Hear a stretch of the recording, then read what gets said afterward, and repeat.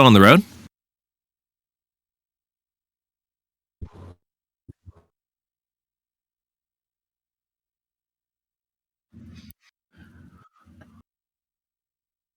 All right, who here is excited for Super Ghouls and Ghosts? an SNES classic that I get to go ahead and commentate with while Rainium on. How you doing, bud? I'm doing all right. Who's excited and who actually knows this run? Because I don't.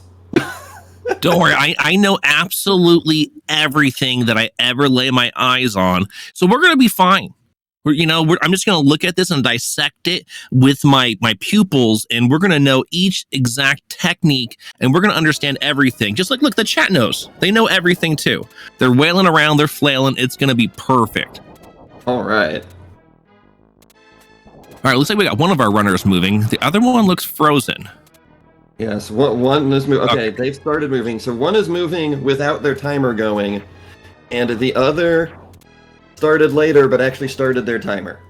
Yes, there we go. Excellent. Okay, so folks, as you can see here so far, what's happening is they're going to be using only the torch weapon. They don't get to use any of the other weapons because there's certain ones that are actually pretty OP if you are doing the speed run. For example, if you have the dagger, you're going to want this exact armor that you see right now, this teal kind of green armor, because it will give you the upgrade you need for the preferred attack you want to do. Yes, so it looks like right now is the worst weapon. It seems like the worst weapon. Casually, it's the worst weapon. I do think it's the worst weapon. I agree. Oh, no, went for the jump. Oh, boy. Okay, we're going to see some pretty crazy attempts here trying to beat these tidal waves. But yes, this category in general is just going to be ridiculous simply because it is not the optimal weapon you want to take with you. And it's actually more of like almost like a low percent type of weapon. All right, so looks like Rata's got to start further back because didn't really get to a checkpoint just yet in the level. So slight advantage is... Am I reading that name right? Is it Inarin? I think it's a 3-1 NAR1N as far as the... Okay. I'm going to use 3, just that way I don't mess it up and butcher it even worse than I'm going to. So right now, 3 is to the first boss here. Yeah, thankfully, this first boss is probably, the punk chicken, is the easiest boss in the game. So therefore, as you noticed, 3 was able to take advantage of that boss pretty darn quickly. Now, even though Ra is currently behind, remember, this is Super Ghouls and Ghosts. It is a treacherous game, regardless if you're a speedrunner of it. So now, don't expect it to be a complete blowout because of that. Anything can happen, folks. Yeah, I'm fully expecting to see multiple deaths. Even people who are really, really good at this game can't avoid dying sometimes.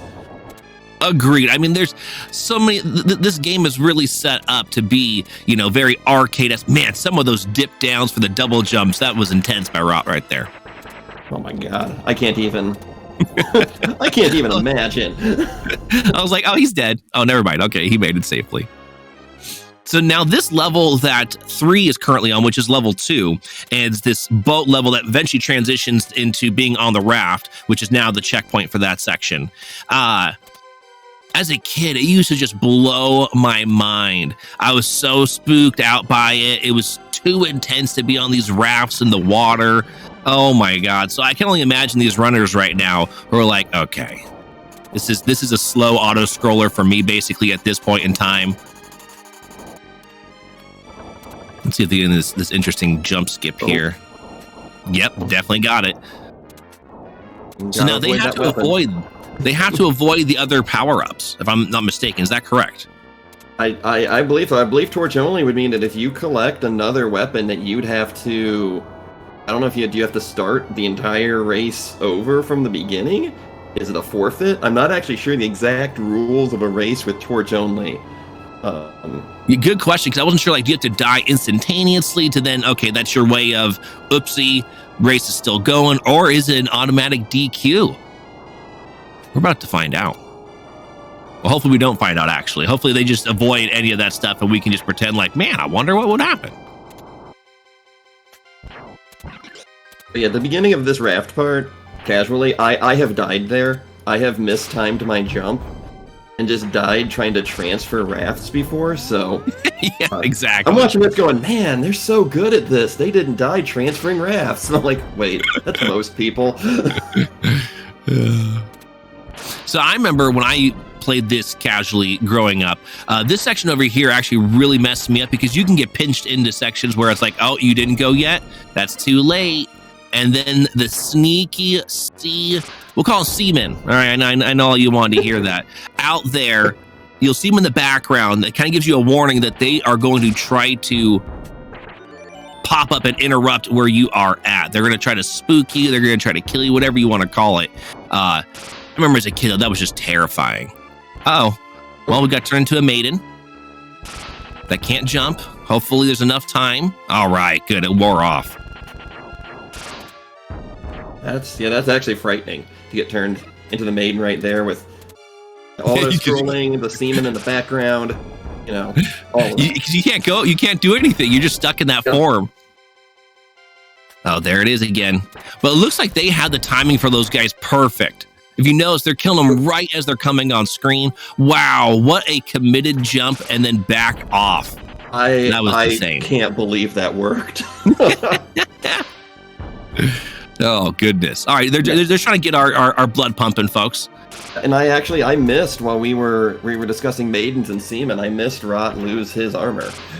Yeah, you're right. I didn't notice that until just right now that you said that. I was so convinced that he was doing such a good job getting back in this race here.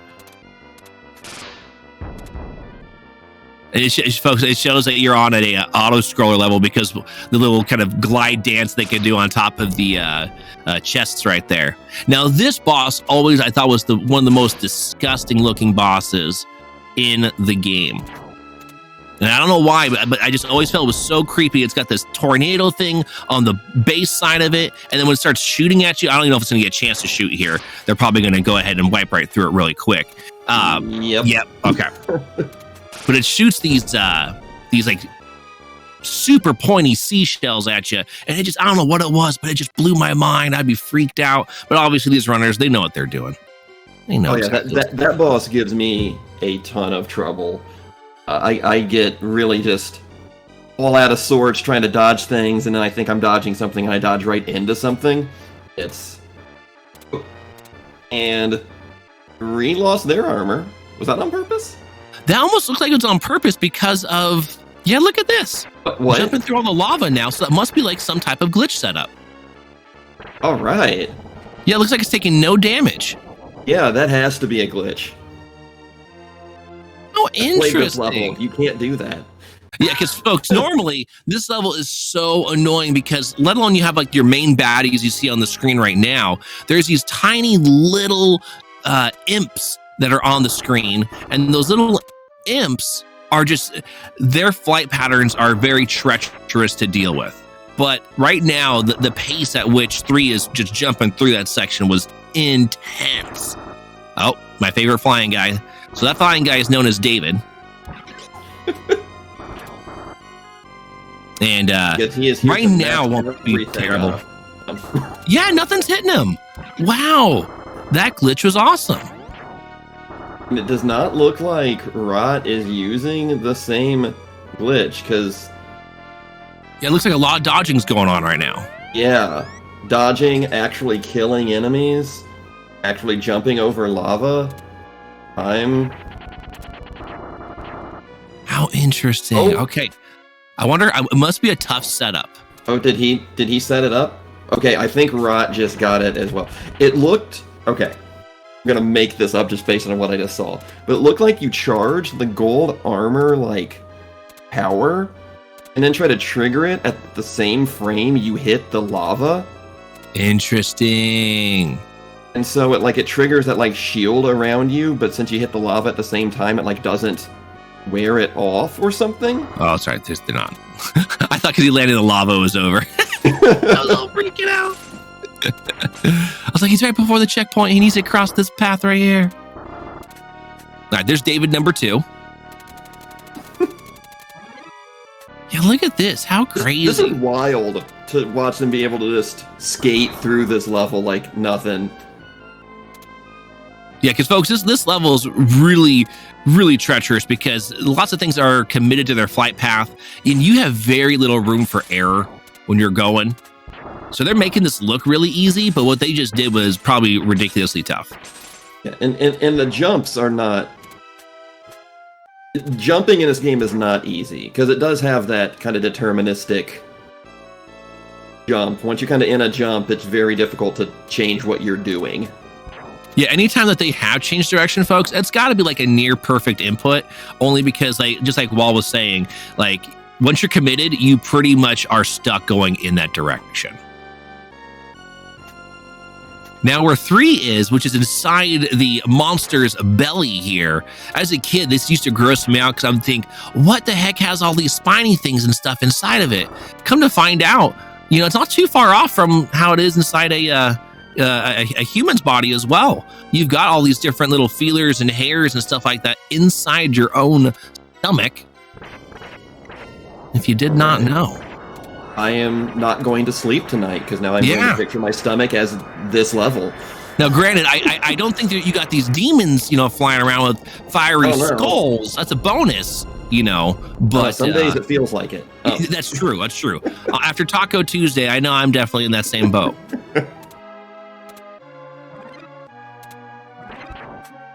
All right, though, Rot's keeping pace. Literally, that one death is the only reason this race isn't knotted up. Don't worry, you can send the bill. I'll send you the bill later. Hamster, you'll be fine. Did 3 die on purpose to get the armor back? Interesting. Probably this section is... Because it looked very much like he died like immediately upon entering this section. So I just assume that both players know what they're doing far better than me. So yeah, it's got to be intentional because this section is quite trolly. For those that maybe did not get this far in the game, if they've ever played it before or watched other people play this, it's unreal how one hit is enough to just knock you off the platform. And that's it. You have to stay on that platform or any of the other platforms that eventually present themselves, because this entire topsy-turvy section is insta-kill. So I'm guessing so, but so far it's done a good job of not even having to worry about getting hit. So we'll see if it pays off. This is a masterful performance here so far. Like, I don't think I have ever made it past this stage casually. I've seen other people do it, but this stage, I just like, nope, I'm done. And that's one thing I do know is that they'll jump off that platform as soon as possible to get to that door as a time save. Now, this section right here, what's so annoying about this is there's so much lag because of all the moving parts that once you're committed to an attack, you better hope you were doing the right types of attacks. And that's why they want the armor, I'm pretty sure, for this boss fight, because you can get stuck in Lag City. All right, good job by 3. Definitely did need that armor after all. Yeah. So far, I think 3's only death has been what we assume is intentional. Yes. So it still is, like you said, Rot's early death is basically still the main difference in this race. Now, this snow level that 3 has made it to, I always loved the setup for. I thought it was so cool with all the snow flying in the background that's coming into the foreground. I didn't care for these enemies. They were a little bit, trolly. But I just thought it was so neat. All right, let's see if Rock can go ahead and handle this 3-headed dragon. Especially for what year was this? 91? So this was still relatively early in the Super Nintendo's yes, lifespan. So yeah, no, these kind of graphics were, you didn't see these every day, and if you're just coming straight from the NES, like this blew people's minds. Absolutely. And this is actually originally a arcade title, and yet it plays pretty smoothly compared to if any of you out there have played Ghouls and Goblins, which is the NES version, which again also is a port from the arcade. Well, NES port was not as well done. We'll just put it that way. Still man. better than the NES port of Athena from arcade to NES, if anyone's ever played that. Oh, intentional death there, I'm assuming. It's probably to get that guy off the screen. That's my guess. Those flying Davids, they're no good, folks. They are super trolly, no matter how well you know this game. So my guess is that's what that was there, because they were quite far out in front, but I don't think they wanted to deal with them dancing on the screen for the entirety of this level. Let's see if it happens here for Rot as well. Yeah, because it looks like Rot went past it. Yeah, and you can see that. Oh, he did the glitch. Oh. Did the armor glitch. So that's why he's just hopping through everything now. Okay. Okay, yeah, I missed him do the armor glitch. So yeah, if you have the armor glitch, you don't need to despawn the David, but if you are going to be taking some major damage. Oh, crap, look at this. So that armor glitch, again, allows you to go through the avalanches. Normally, folks, you need to grab onto a ladder, or you need to be above the avalanches. Otherwise, they're just going to insta-take you out. And that's it. You're dead. Oh, wow. So that was a pretty cool bit of tech right there.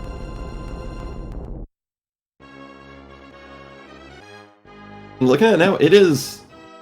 Wow, okay. This is Nick. Caught right back up. And considering Rot started about, what, 10 seconds earlier? At least on our end, it looked like 10 seconds earlier. I don't know if we're doing, like, game time or something. Since he didn't start his timer, I can't actually tell what's... Correct. Exactly what the timing is, but I would say Rot might actually be... Great damage boost right there. Those damage boosts, folks, also save them fighting a bunch of mini bosses that you have to fight on the walls. They're the chicken heads, the punk chickens. And look at this. Now they're already the boss fight. Now Rot's in the lead, it looks like. Again, depending on the timer situation. Yeah.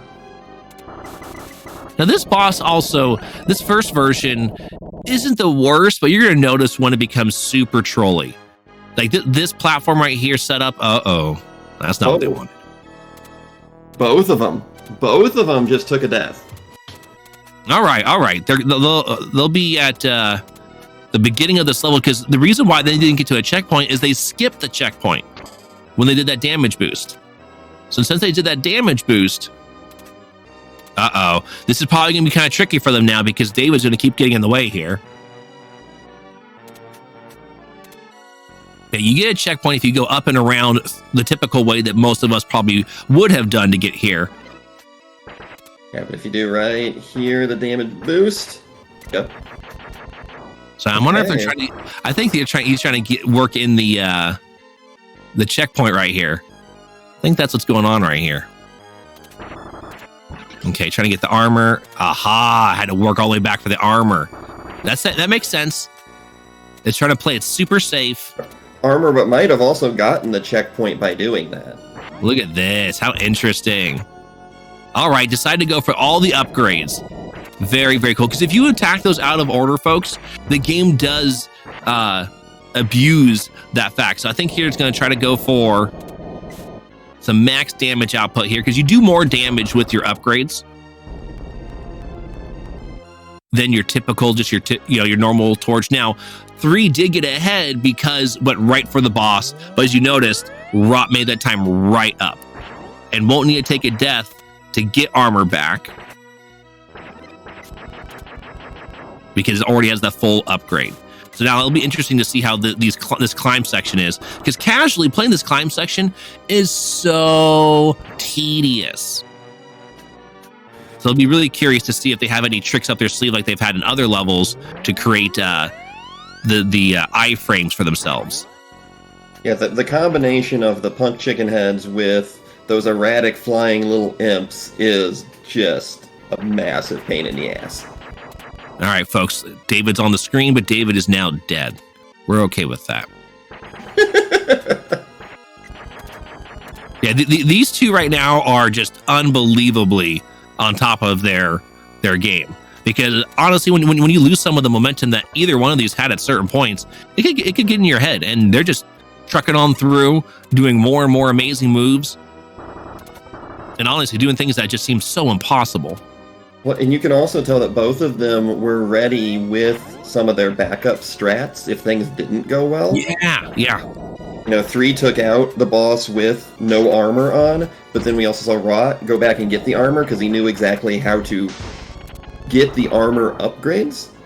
So... All right, so let's see here. All right, Rot lost the armor. Is that going to be okay? I wonder if it's got the iframe glitch going on. All right, this one is really trolly, folks.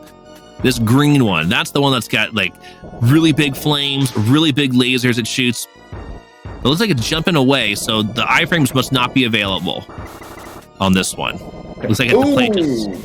Woohoo! Oh no, oh no! All right, it's not, remember, it's a one-hit kill here that's left for Rot, folks. Now this continue, the cool thing about the continue is it's going to go from the level that you just most recently died on. It's not so trolly where you start completely over. More than enough points were gained. All is good in that regard. Nice. And okay, yeah, I do not remember exactly what is said here, and I cannot read Japanese. So, thank you, Arthur. That was awesome. I can't believe you knew all those strats. That's exactly what it is. Now, if I'm not mistaken, I think they're going to have to do the second loop as well. I don't know if it ends here. The race estimate was an hour, and we are not even like a half hour into the race, so I'm going to go ahead and assume that it is a 2-loop scenario. Yeah, for those of you that don't know, this game does not end on the first loop. Only if you're playing a very specific, maybe speedrunning category. But if you're casually playing this and you want to say, I beat the game, you have to play through it a second time and beat the final boss with a very specific weapon.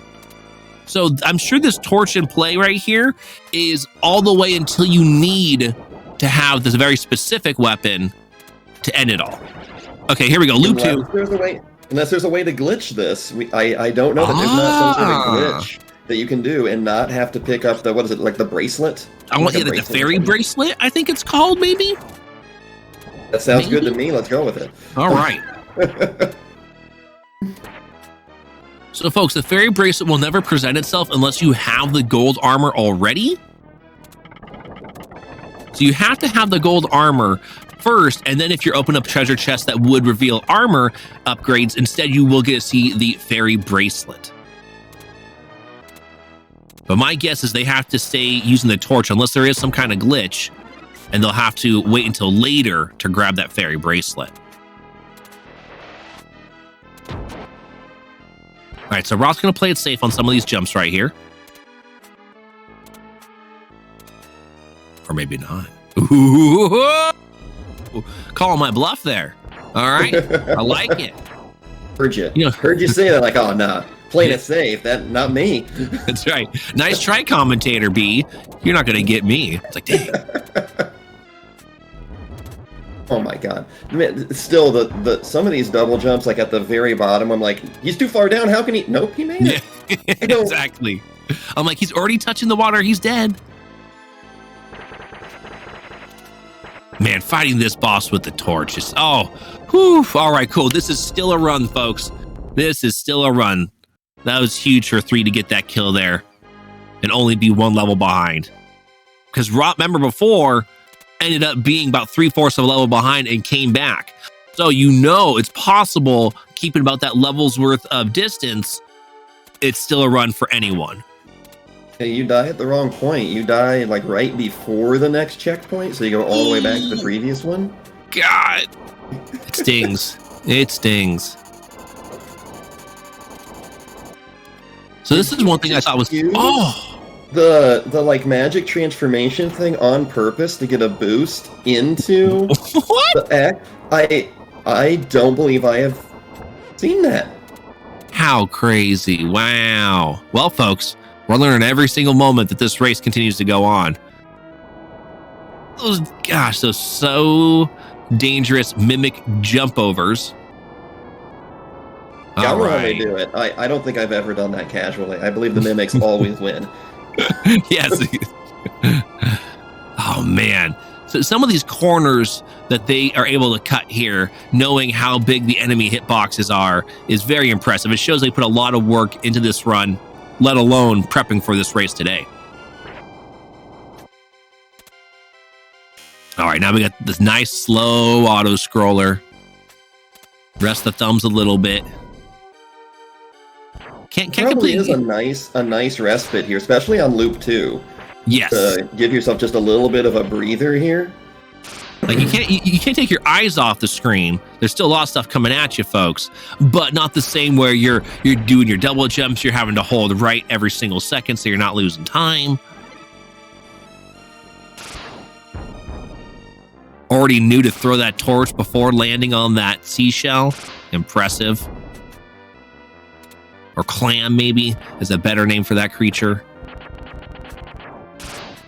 Their knowledge of the auto-scroller, being able to stand all the way to the right and know where stuff's going to be to throw the torch. Oh, right? Yeah, because the torch just goes into arcing position, folks. Like, on this level, typically, when you're casually playing, or I think like on the any % speedrun, you're going to want the dagger. Wow. That was next level. Not a good... Oh no, not the seal! Oh wow. I thought that upgrade might actually screw him over. The seal can do the double jump. I love it. Yeah, Punk Chicken, what do you got? A seal's gonna beat you. Look at this. Now in the second loop, the bosses are harder, folks. They'll be more aggressive. As you notice, it scaled into its next transition that much quicker. That's why I was able to fire off an egg. And again, though, if you're watching the any % of this, they're going to have the dagger, because the dagger you can spam at ad nauseum for maximum damage. Yeah, and it's nice. It's got a really fast fire rate. It flies in a straight line. You don't have to worry about the arcing that the torch does. Yep, correct. I think the axe also was one that does a arcing kind of flailing motion. I believe you're correct on that. It's not as bad as the torch. Ooh, and lost the gold armor there. Poor Rod. Oh boy. That's not intentional. Not this time. Yeah, I'm... The way he's still avoiding stuff, that was definitely not intentional. Yeah, that's true. Otherwise, just go right through him.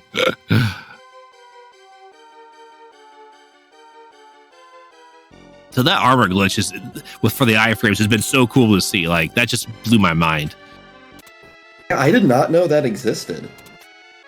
Oh! Is 3 gonna have to jump over 2 weapons? Oh, well, he gets it's a nice tide up over them. Whew! I was gonna say... So there's that little dagger we're talking about, folks. That dagger... Oh! Okay. It's all fine. I'm just freaking out. You're not... Don't worry. I'll be okay. You're freaking out. I'm not freaking out. All right. No armor. This boss is getting aggressive. Right in Rot's wheelhouse. Oh, there's the sneaky little seashells I was talking about before. Ooh. Wow.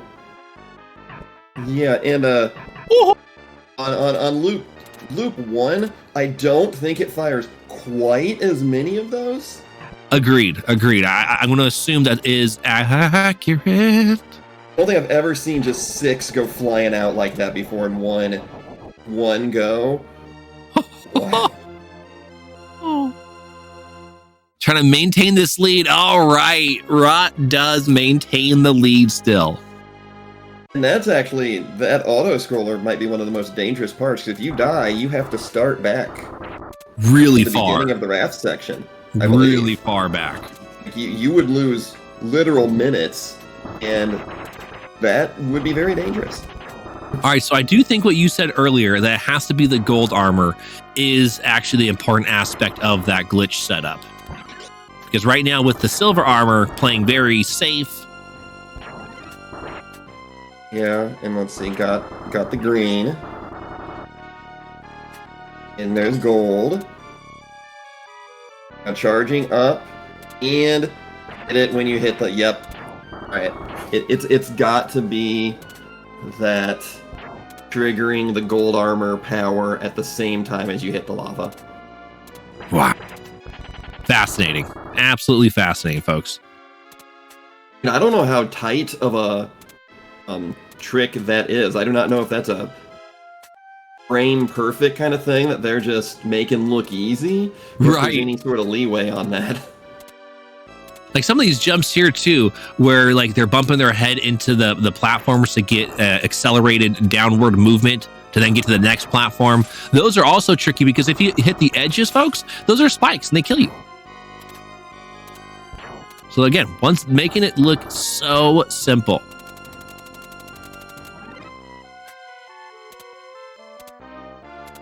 And oh, David's chasing him. David's on, yeah.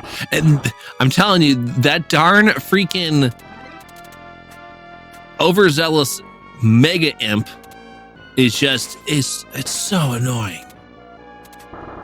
No, this section here on the tower is not that easy. No. The fact that they can just run through everything and not get killed. The only reason they're still killing enemies is probably lag reduction. That's my guess as well, yes. Because there's just enough enemies on the screen where it's probably starting to get laggy because they're probably, you know, a lot of times with the developers, they're assuming, okay, they put a trap in front of you, you're gonna have to deal with it before moving on, not, oh, I'm gonna keep on moving forward and let all these enemies stack and stack and stack on the screen. And there it goes. And 3 is also using that glitch right away this time because they entered the level with gold armor. So they're able to go into it sooner. On that part both times by entering here with the gold armor, whereas Rot has lost the gold armor during the auto scroll section. Good point. Yes.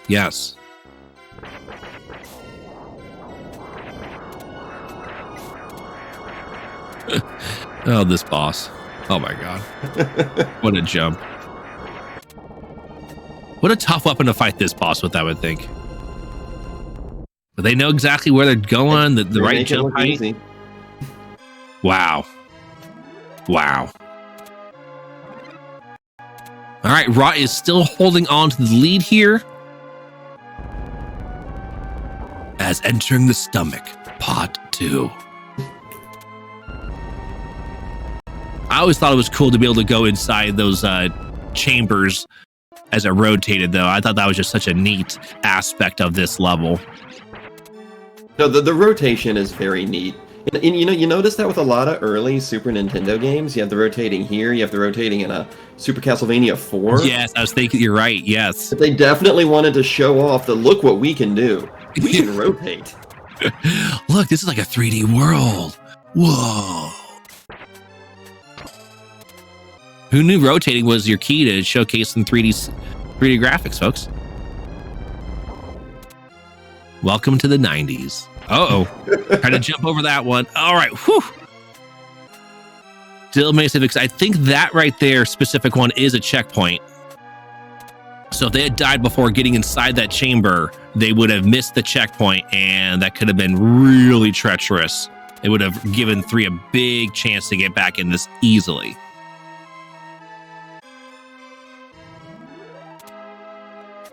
Get armor beforehand. Oh, got the armor beforehand. Does not have to die.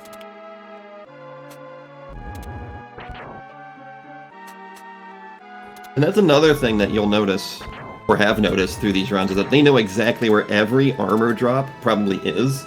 You know, where they can re-get it if they do make a mistake. Like, just going through a casual, you might not know, because some of them will spawn. The treasure chest spawns, like, behind you. And you have to know that when you hit this certain tile, treasure chest is going to spawn, and that it has a treasure chest and not like the magician dude who tries to transform you. Or even a weapon, right? I mean, how often you're like, okay, cool, I got a treasure chest. Oh, it's just a weapon? I don't want that right now. Such a good point.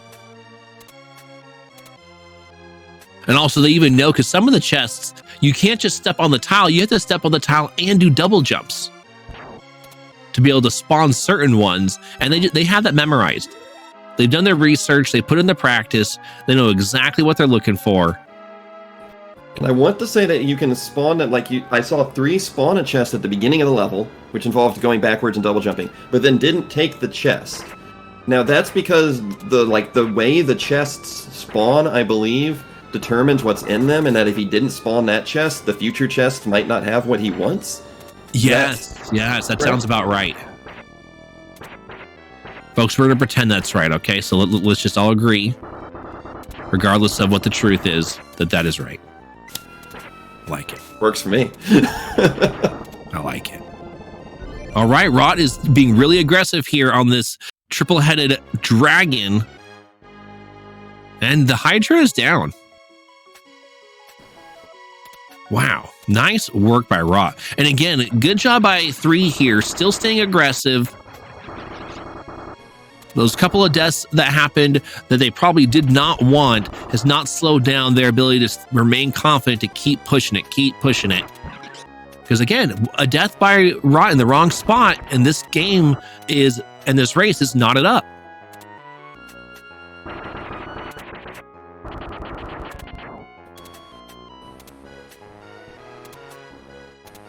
And you have to figure that neither one of them might know where the other is. I don't know if this is the kind of race where they are allowed to watch where their opponent is at. Assuming not.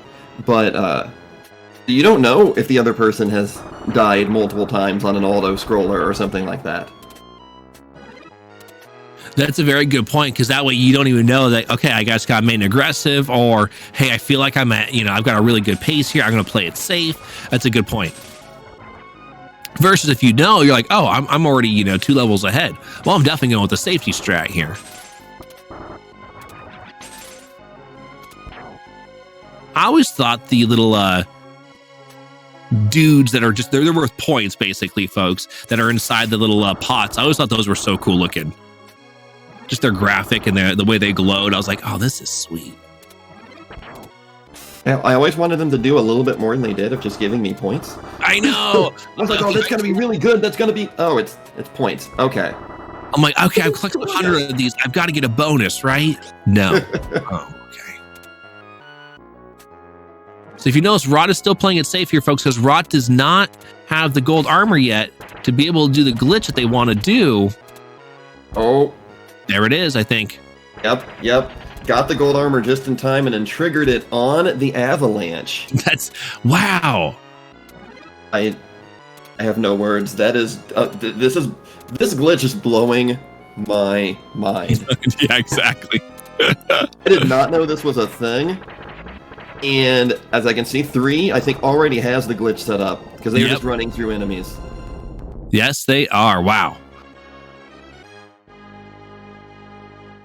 All right. Rot takes down the frozen skeleton ghoul boss known as Gilgamesh, and is now moving on to the castle. It was a little side quest he went on after Final Fantasy V. He came here, became a frozen knight, fought Arthur, and then showed up in other Final Fantasy games. But he goes on all kinds of side quests in a bunch of different games. Uh-oh, okay, so that does not look intentional, but maybe I'm wrong. I don't think it was on Rot's side, considering they immediately took a death. That did not look like that's what they wanted. All right, here, so... if you lose the armor, you immediately take the death because you can't do the skip, the damage right? boost here without the armor. Here we go, setting up for it, folks. Whew, good. That's treacherous simply because the Flying David there, they have so many different patterns and are very erratic. Okay, so Rot's going to do what they did last time and is going to go ahead and go all the way back here, get all the armor upgrades. Starting with the silver armor and moving on into the teal and then gold. I always thought the teal had such a cool look to it.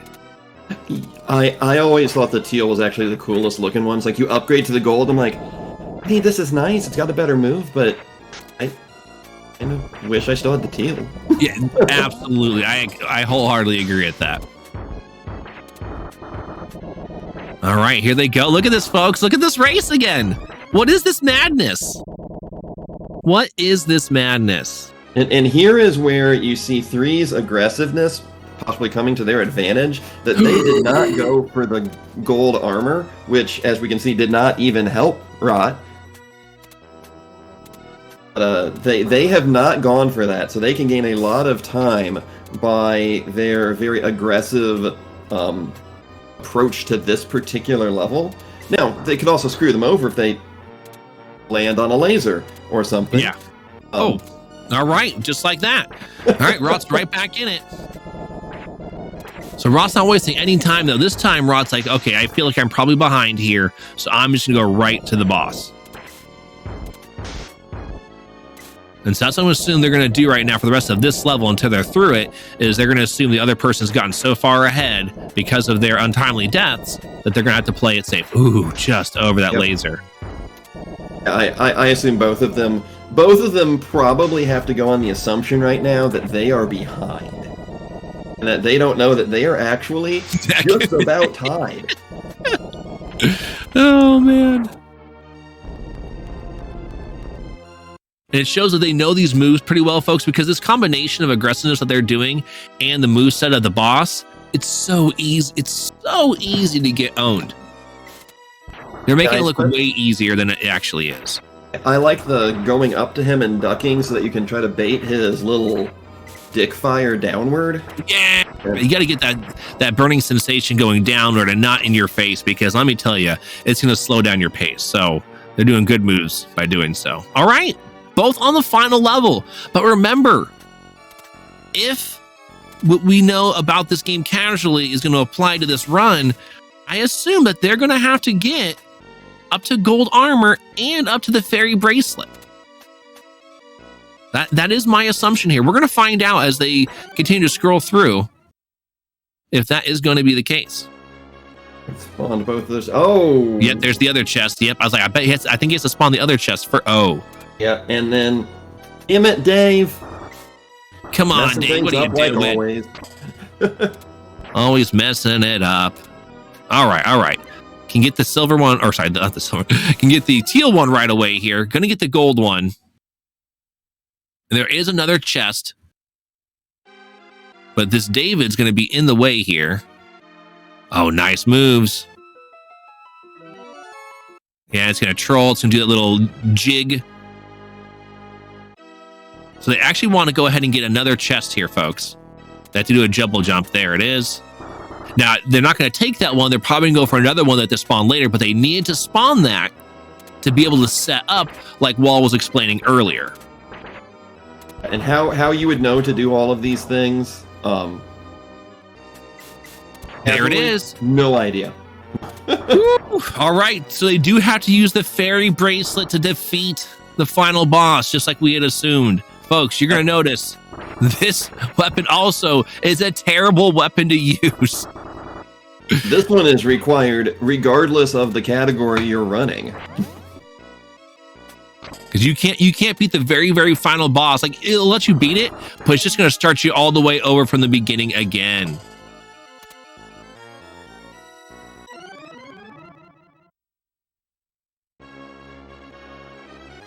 Oh, man. Just watching this, like, I feel so, like, it's so intense. Oh, no, Ross got set up again. Because, again, you can't beat this without the fairy bracelet. So, as long as 3 does not get hit here, 3 should walk away with a victory.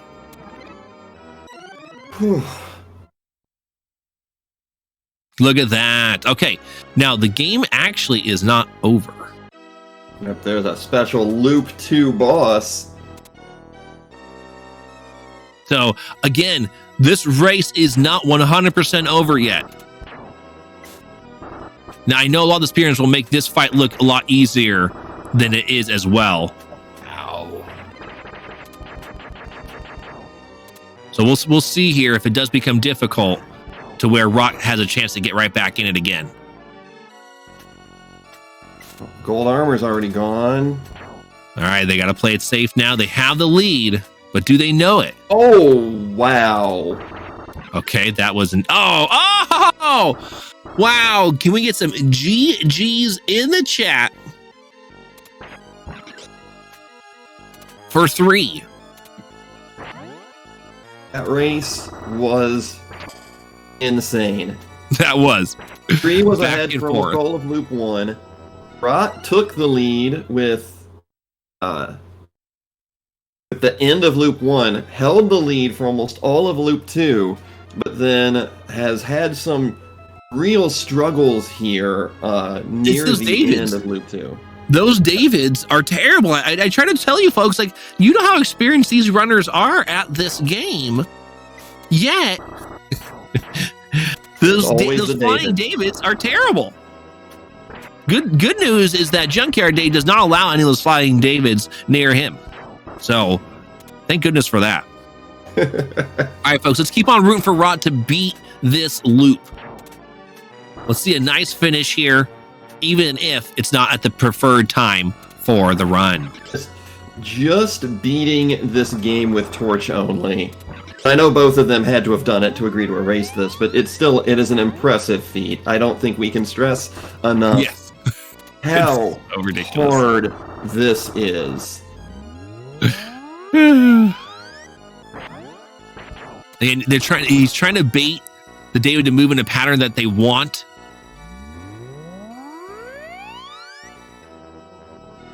There it is. Okay. Whew.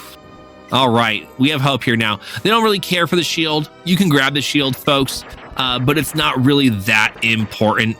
It does protect against a couple of moves, but that's if you're really just playing it super safe. You're a casual player, and you're just trying to have all of your protection available. All right. Now I'm going to get the fairy bracelet. Perfect. I forget what happens. If you die with the fairy bracelet, do you keep the fairy bracelet? Yes. If so, how does that affect the fact that this is torch only? Are they just allowed once they've got to the fairy bracelet portion here that if they die, it's complete, it's just okay, because there's probably not a way to get a torch back easy here. That would be my guess, is that once you're at this final level, if you entered it with torch, you've done what you needed to do. All right, come on. No. Oh, well, we're about to find out. We are about to find out.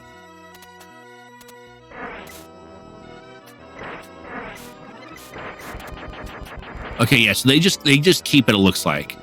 It does not look like they intentionally try to find a torch.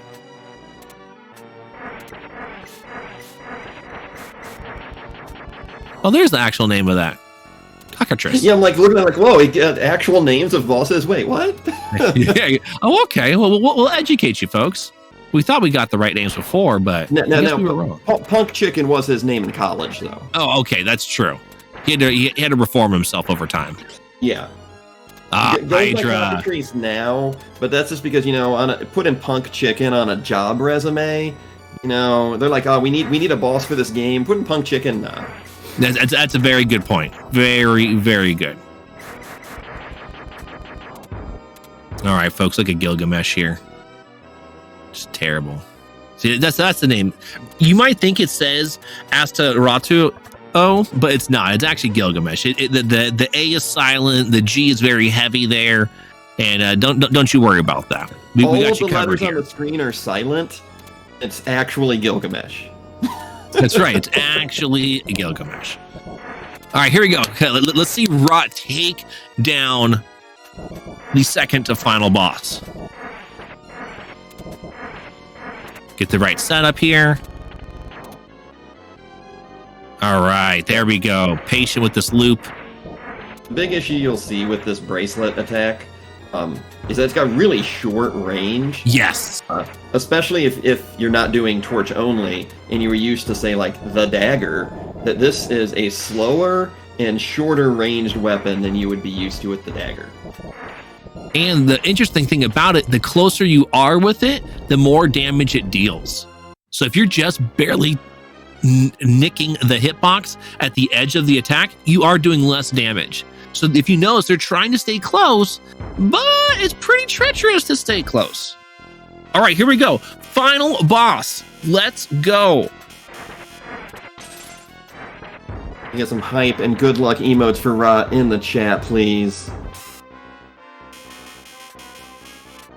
All right, good start. Woo. Got that good double jump for some extra damage. You gotta wait for those platforms to form.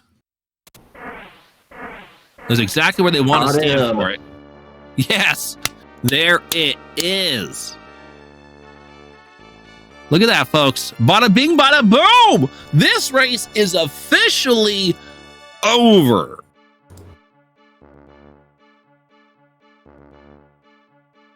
Great job to both of the runners.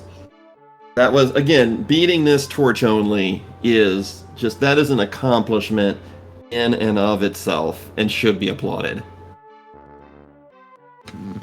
Wow, that was really good, though, honestly, until the very final level. Obviously, the final boss fight's like its own little thing, but the very final level, it was just neck and neck, neck and neck, neck and neck. They both died, and then boom, they both died again, and then finally 3 got that little bit of leeway ahead, and Rogers could not get past the evil Davids flying around in air, and that's it. That's all it was. You take away those flying Davids, and it was going to be neck and neck probably to the last possible second. It was anyone's game up until that. Yeah, Racha says it here in the chat, scary category. Hands down, I was announcing, and I'm sweating bullets over here.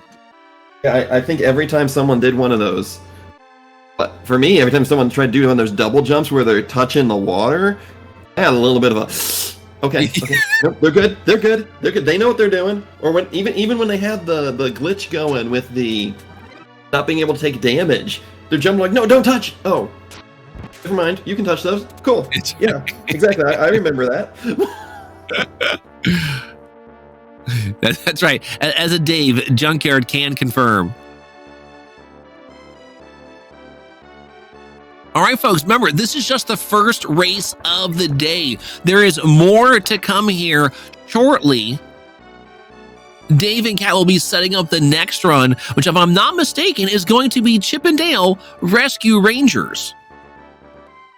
Yes, indeed, it is. And this is a game that Andrews and I both know a little bit more about than... Yes, I definitely know this a lot better.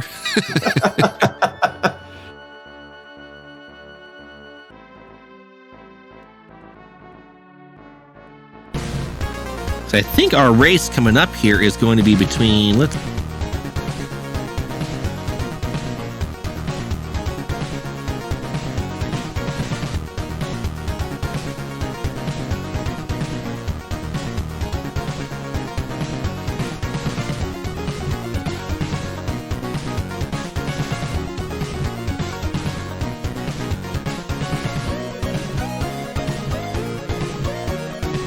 a race, you got to know that they come in prepared. They're not just rolling out of bed for this one. I'm gonna try and find...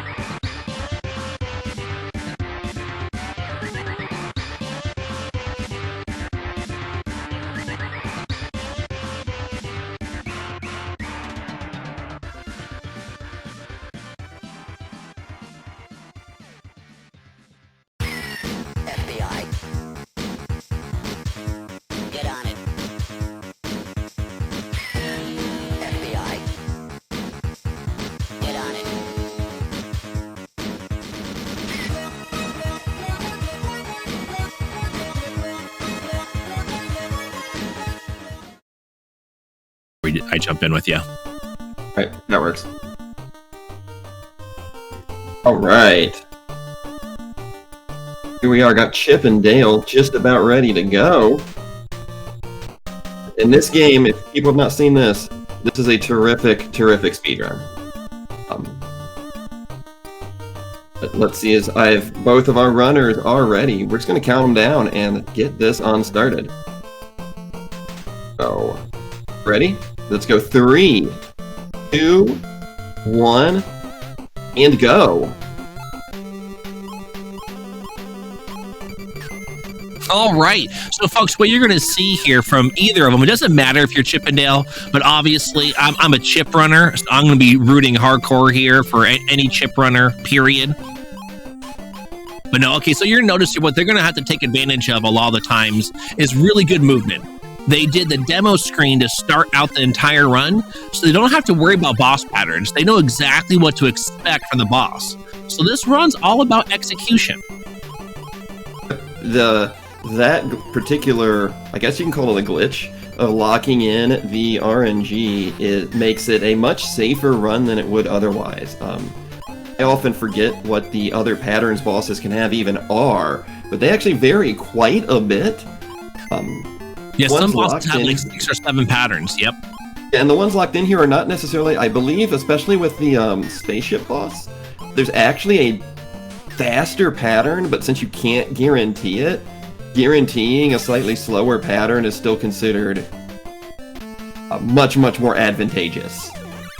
And as you see as they fight these bosses, the only way they can beat them is with the red ball, and it's going to take 5 hits. So you saw both of them got right through that nice and easy. They're only probably different by a second or 2 here. This is a nice close race. Now, this is any percent. They get to choose where they want to go on the map. There is an already guaranteed routing, and you're going to see them take those specific levels, and they're going to skip over the levels that are going to be nonsensical for them.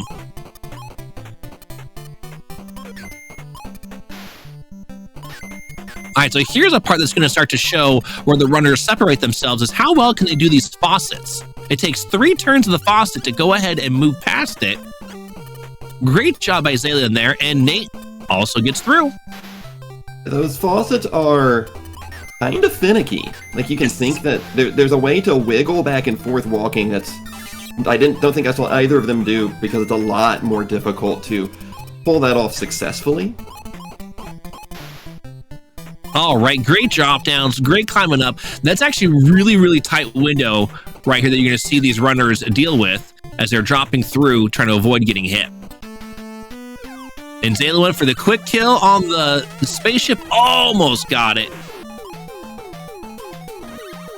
All right, Nate needs just one more hit to finish it off. There we go, spaceship down. It looks like Nate might have missed one of the early hits that he was going for. I didn't see which one he missed, but... All right, D is also a really tricky level because you have to do quite a few damage boosts to get yourself into the optimal positions for speed. And there's quite a few jumps that are really tight. And as we saw Nate there go for both of the damage boosts off of the back in the boxes. Nice job there. All right, so Nate's also going to go ahead and, just like Zaelyn did, is going to grab this little HP acorn that's not on the second, but the third box on the top here. It's a good safety. Yes, because as you can tell, got booped there, and if he only had the 1 health, he would have had to go at the beginning of that specific screen. All right, great damage boost. Zaelyn's routing right now is going really, really well.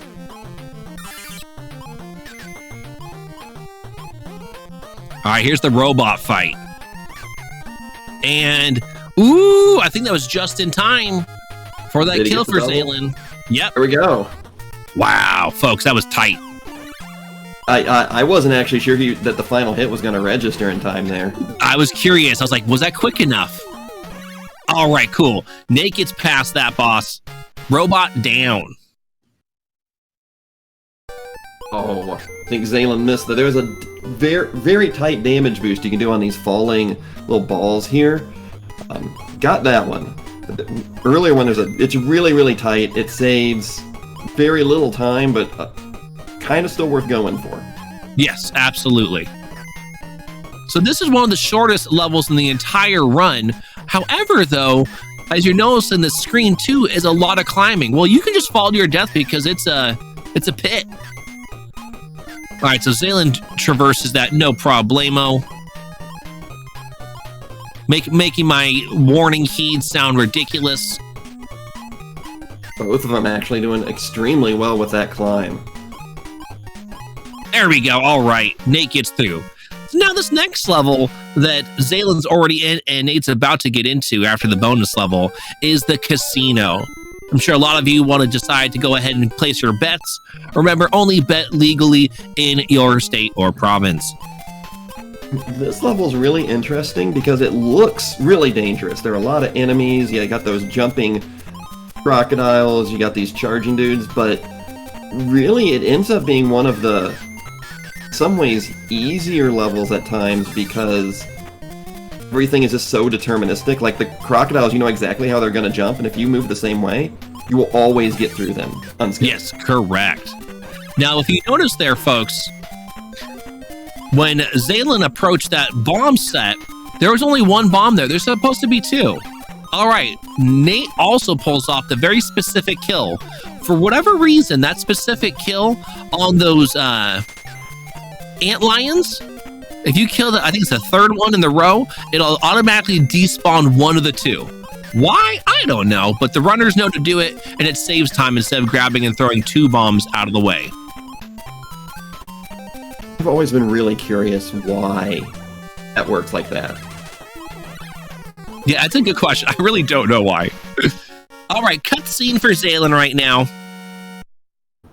Both are doing a very good job with the boss. Because, folks, this run is, as much as Zaelyn has a lead right now, it's not a comfortable enough lead because H is a tough climb section coming up here in just a moment. And then J itself is absolutely insane. Ooh, and as we see, Zaelyn fall right there.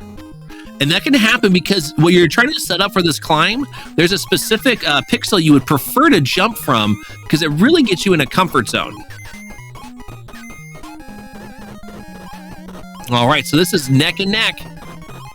Zaelyn playing it safe and aggressive at the same time. Woo! That was hot shot. All right, wow. Great job with the flying squirrels there by Zaelyn. Nice safety play right there. Because if you get boosted by that flying squirrel, folks, you fall to a pit and have to go from the beginning of H. We're just going to assume that was intentional by Nate there, and he's moving forward. It looked intentional. I assume he wanted to get his health back because he just looked like he just walked off the edge. So I'm assuming it's intentional. All right, nice damage boost. Still staying right in this race. All right, so this level, this is actually one of the most painful levels movement-wise in the solo run because you actually have to deal with the fans' physics. You notice when the fan's facing the direction that they're going in, it's a nice speed boost, but most of them, you're having to resist against the fan. And if you let go of your right input, it will blow you back extremely far. You'll also notice, oh, I guess he's going for probably a damage boost on the second little seagull here. And those are not the easiest enemies to, I guess it's a pelican, not a seagull. Yeah, about. But if you throw the box too high, it'll just swallow it and spit it back out at you. So you have to throw it right at the right point to hit their legs, but not be too high that it spits it back. Exactly right. All right. Progressing on through here to the boss for Zaelyn. Zipper for Nate here. This is basically like your star power. However, this star power actually will also go around attacking for you for a little while. All right, Zaelyn takes out the caterpillar boss. Two-cycle there from Zaelyn. Oh, shoot. Nate missed his chance at the two-cycle.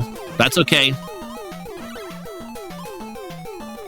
This boss, he walks back and forth, once you hit him, when he gets back to the middle, he'll break apart. And he'll only break apart back in the middle, I believe, if you hit him.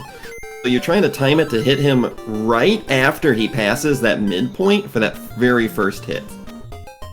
Final level. Folks, we got a banger of a track. Get your cat jams out in any type of way that you want to bop your head, because it is on like Donkey Kong. Oh, good axe boost by Zaelyn. Oh, wow. That was great. I wasn't sure in a race if Zaelyn was going to go for those axe boosts, because if you mess that up, you're dead. Correct. Great work by Zaelyn there. There's the health. Zaelyn really needed that health. Zaelyn was in a pickle. All right, nice job by Nate as well. Yeah. Now, folks, there is no checkpoint at this point until the boss room. You'll have to go all the way back before all these fights to get a checkpoint. All right, final hits coming on in. And excellent job. GG. That was a tremendous run by Zaelyn. Nice damage boost, staying alive here. All right, Nate played it safe. So Nate will always be in this room, folks, if he happened to get hit. I think Fat Cat's one of the huge reasons to get the RNG. GG's, yes, GG's Nate. But to get that RNG lock, if you don't, Fat Cat kind of ashes all over in different places. Whereas with the RNG lock, he just goes straight down the middle every time. Absolutely, yes, correct. Wow, great run by both of these. It really came down just to a couple of strat differences that gave Zaelyn the breathing room. Because I was curious, because as soon as I saw the death happen in H, I was like, oh, that might be enough to really put Nate back into this thing. So both runners did a fabulous job. I think sub 10 minute, I want to say Zaelyn got, and I want to say Nate was just past the 10-minute mark. Impressive stuff. You know, very, very, very strong runs from both of them. We saw a couple of deaths, but honestly, the mistakes that were made were not super killer ones. Like, I didn't see anyone die at like the end of a checkpoint section. Correct. Yeah. Very good job from both runners. So yeah, get some GGs in the chat. I think it looks like there's already a bunch of GGs, but if anyone hasn't got an opportunity to put GGs out there, make sure to do so. These two put on a great show. Thank you both.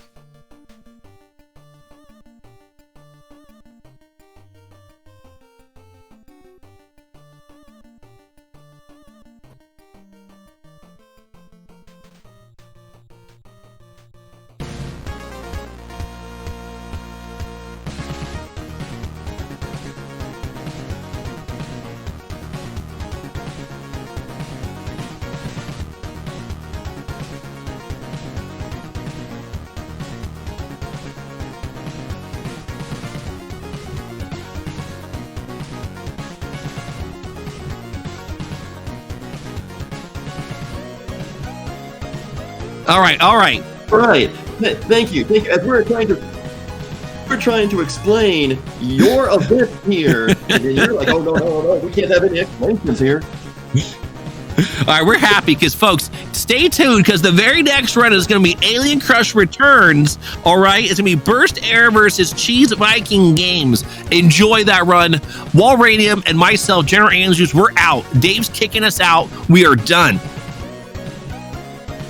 It has been great doing commentary, guys. I've really enjoyed it, and great job, Andrews. You too, Walt. Thank you. You were a great commentary partner, and I was glad I was able to do this with you. Likewise. Thank you so much for your time. All right, folks, enjoy the rest of this event. Dave's crazy. Cat's amazing. Stay tuned in.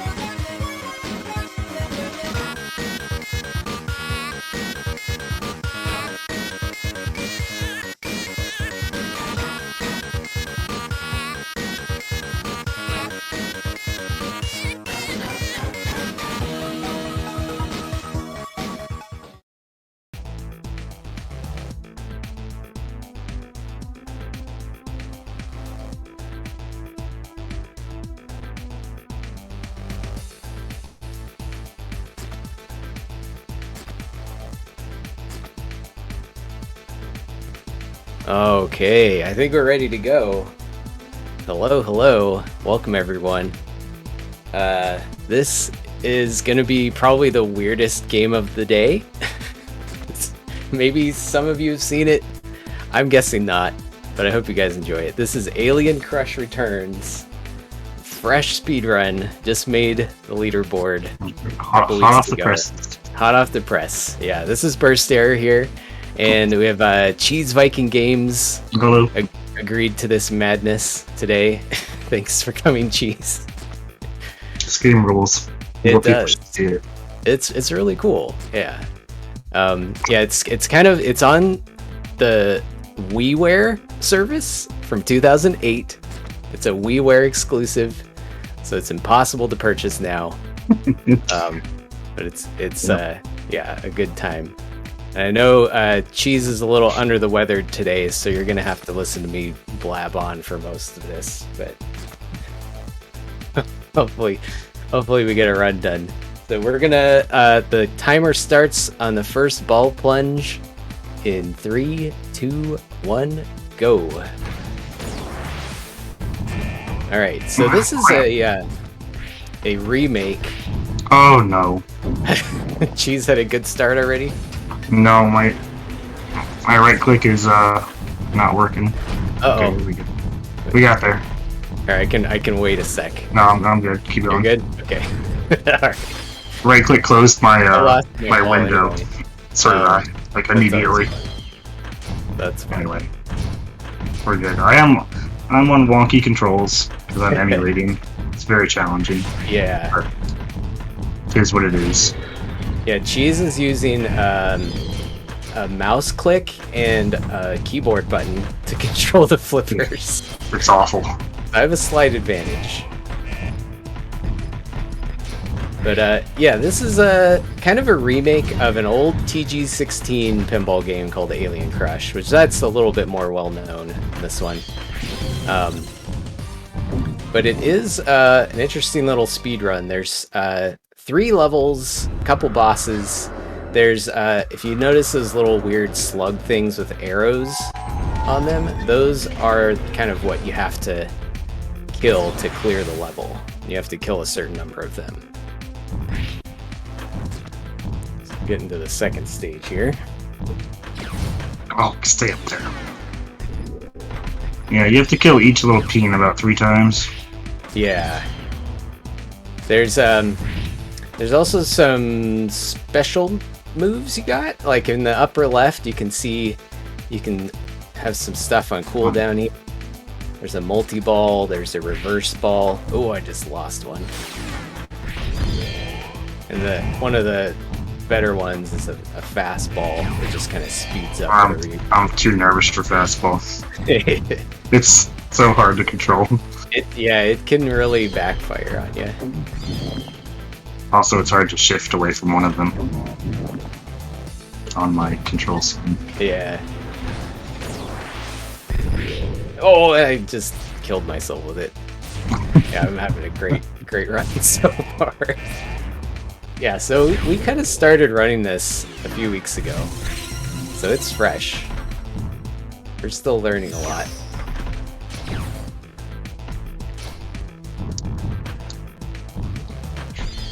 I'll be surprised if both of us complete the run in time, to be honest. Yeah.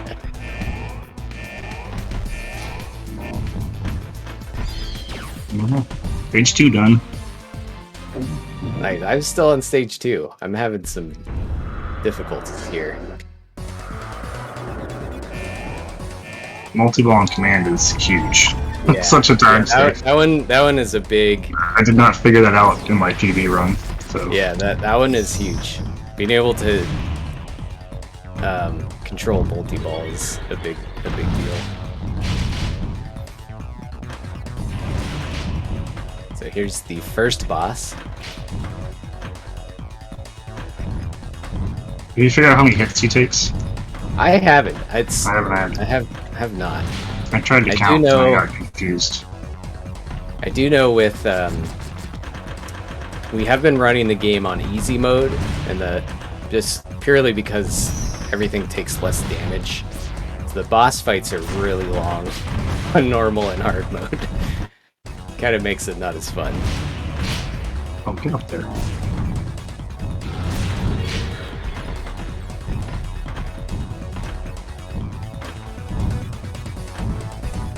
So with this guy, a pretty good strat is to either get the ball like stuck on top of him, or you can I kind had of... an amazing fight. Oh, nice. He also gets goop all over your flippers sometimes. You have to shake them off. Luckily, you don't have to waggle the Wiimote to shake it off. Oh, really? Mash buttons. Yeah, well, that's good.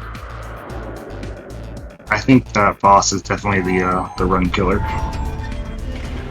For me, it's the next level. Stage 4 or 3. Yeah, that Yeah, that's I mean, really rough. it definitely takes forever. You have so many targets in weird places. Yeah. Yeah, it's coming up on stage 3. You might hear my dog in the background, sorry. That's Lolo. She loves this game. It's her favorite game. Yeah, so Coming hot for the commentary.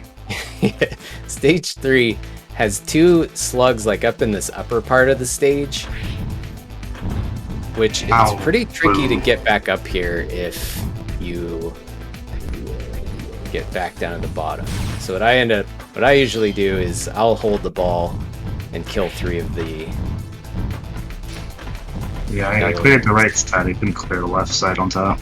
So I gotta figure out how to get back up there. Yeah, there's like this weird helicopter alien that you can kill that will kind of blast you back over there. Right now I'm in the annoying position of trying to get to the upper right from the upper left. This is one thing I haven't quite gotten the hang of yet. And I didn't get up there. There's plenty of aliens to kill down here in the meantime. There's the helicopter alien if we can bounce to it. Oh, we almost reverse balled into it. Almost. Reverse ball's so weird. So hard to control. Oh man, I have to continue. First error. You're supposed to be better at this than I am. It's hard to explain this game and play at the same time. That's fair. I mean, short answer is you hit all the stuff. Hit everything that moves. Kill the aliens. Yeah, crush them. Luckily I didn't make a whole lot of progress on that level anyway. I just have to get back to the top left and I'm done. Stage 4. And can't get the angle on that. Oh, that was weird. Whatever you do, don't get to a bonus level. Yeah. They recently figured out how to do that. Oh, it's Yeah. a glowing area. This might be good. Nope. Yeah. Well, you'd think a bonus level would be great. Oh, stay up there, man. It'll reset all of your progress in the level. It definitely resets all the alien dudes.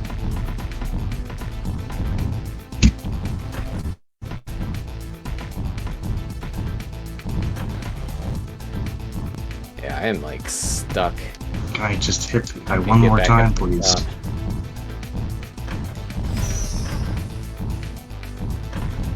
Probably gonna take a death just so that I go That on was top. unbelievable. Are you on the last boss yet? I'm about to start the last boss, yeah. Okay. But I just lost a lot of time on stage 4. Trying to hit the last guys. So I think the final boss is much easier than the mini boss. Yeah, he has a lot more health, but... Oh, I finally got over to the right. Oh, he stabbed my ball. I hate to see it. Oh, and I lost it. Oh no. That's bad. Right, I might game over on the boss.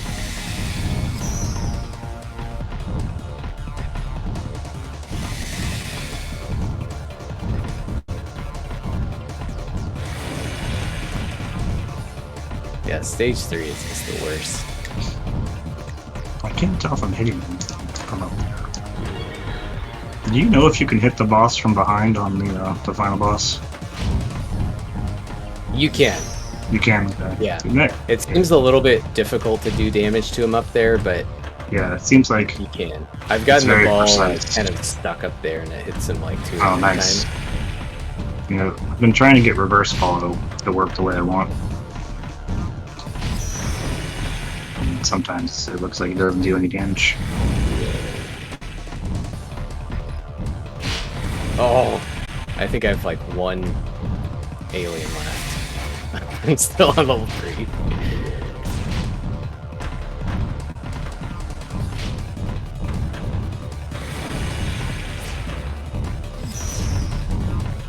What happens if you split a ball with multi-ball active? You get 3 balls? If you get table ball, you have you get to table multi-ball you have to split your ball first, and then get before table multi-ball is active. Okay, and then you can have 3 balls. interesting. But if you already activated the table multi-ball, Okay. you can't do the manual one.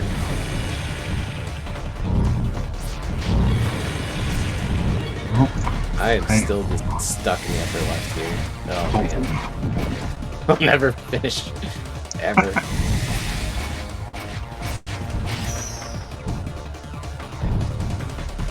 I should have made the estimate 3 hours. I forgot about level 3 being horrible. I haven't struggled too hard on level 3. Oh, I finally cleared it. Alright. That was like pulling teeth. I only have a couple more hits, I think. He's starting to glow red. And we all know what video game logic that means.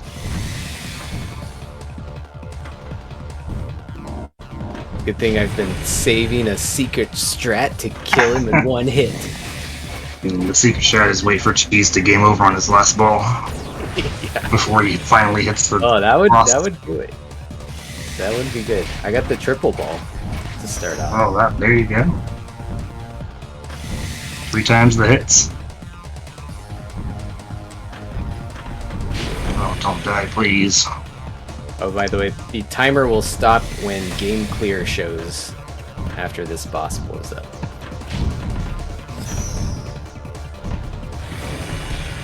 It's probably pretty soon for Cheese. Hope so. I'm getting some good damage on him already. He's already red. I think the boss fights are largely a mystery still. There we got there. Nice. That might be a PB. Time. That's a PB for me. Hooray. Nice. Good old race PB. Yeah, right. 4th time beating the game.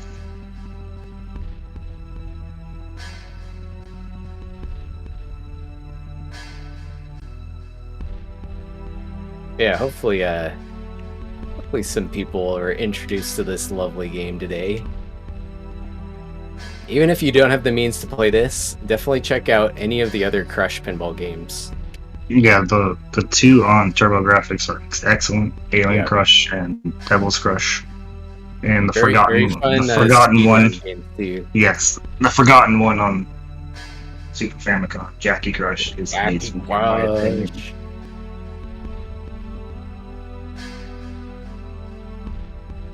Oh, I almost have him. He's flashing. Haven't been able to hit him that much now. There we go. God, if I didn't Coming have up on stupid time for emulator me. problem on stage 1, that might have been And a time. lot better. GG burst. Yeah, likewise. Well done, even while sick. I had greens on the boss fights only. The stages were garbage. Yeah, I had a game over, and level That's rough. 3 just gave me the business, Yeah. as it does. As it does. But yeah, thanks for watching, everybody. Thank you, Dave and Kat, for setting up this event. Looking forward to more of these. I really like the idea of this format. Should be fun. Yeah, And very, very good. yeah, until next time. I know next up is Mario 2, so stay tuned. Take care, everybody.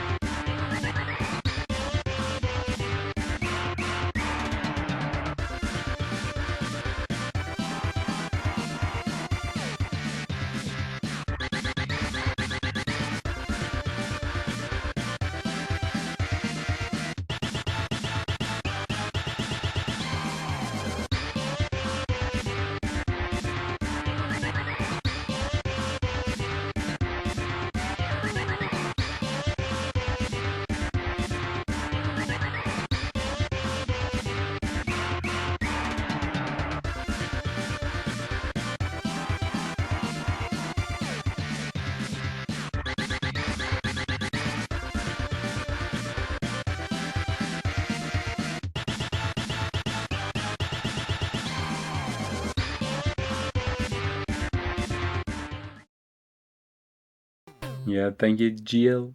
14, 14, 14. Hello, hello. Testing, testing. Check 1, 2. Hello, hello. Testing, testing. 1, 2, 1, 2. All right. Well, this is gonna be Luigi only all levels. Super Mario Brothers 2. All levels is already kind of a challenging category, I'd say, and Luigi is not meant for most of these levels. So you basically get 4 choices for a character in every stage, and Luigi's the worst option in almost all of them. So it makes for a fun category. So what do you think, Kurt?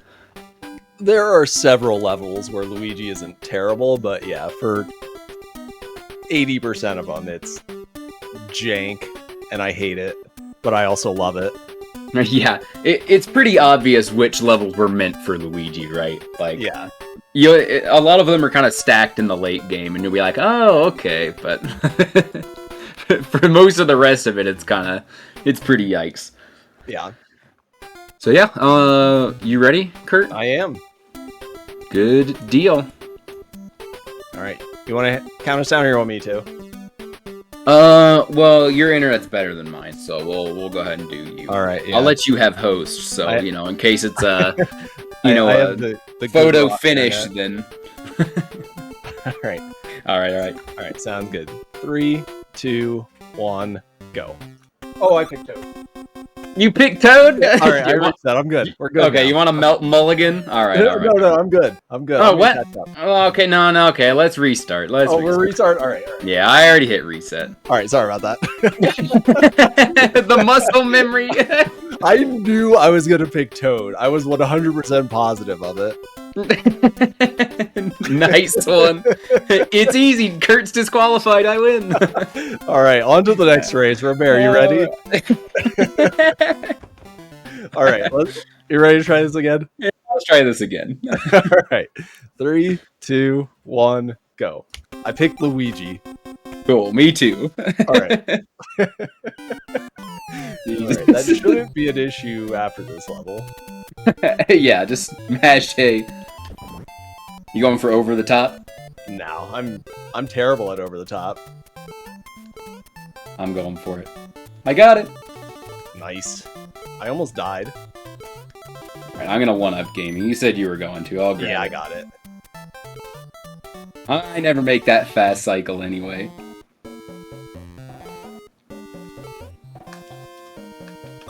No, I blew it on the clip. Oh, I got it. I got it. No. All right, GG. That's I think an automatic win. I told you I was gonna blow it. I told you there's like a 20% chance I get both of them. Yeah. That's the clip to miss, though. As long as I get the one in 1-3. Oh God.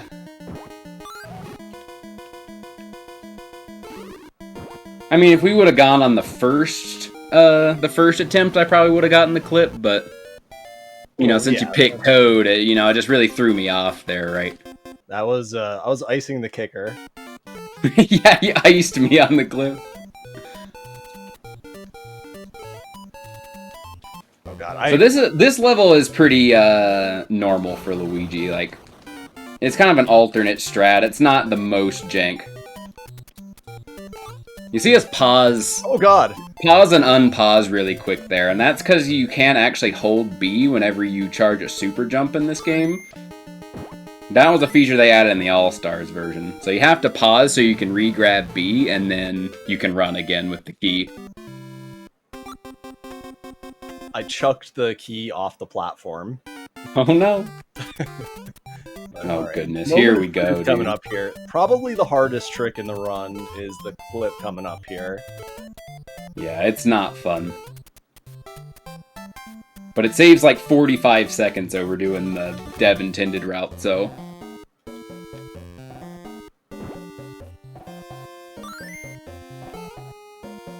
Oh no! How did I miss that? I got it! No! Easy!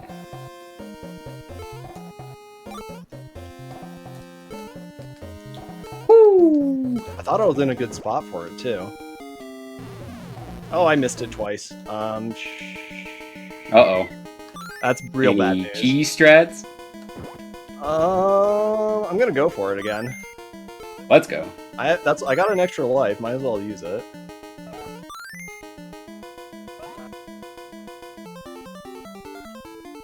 In a No. massive turn of events.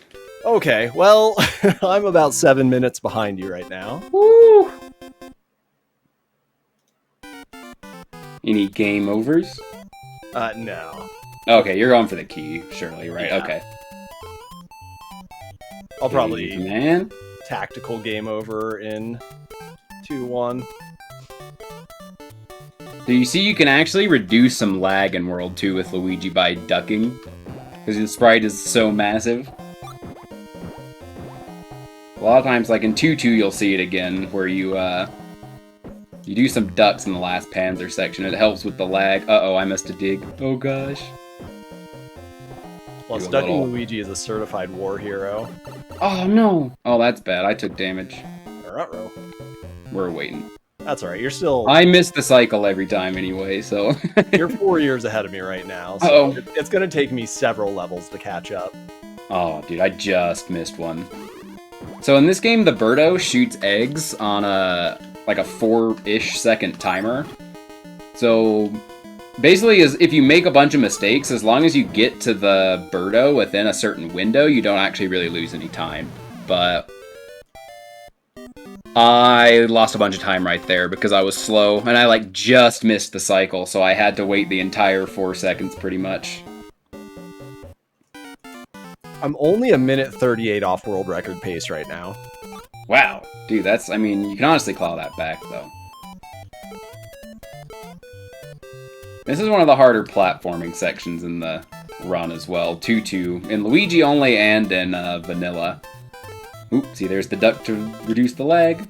Oh, I forgot to take an intentional game over. Uh-oh. You're a gamer, though. I believe. Thank you. Uh-oh. Oh, gosh. The At least Miss one person Diggler. believes in me. Woo.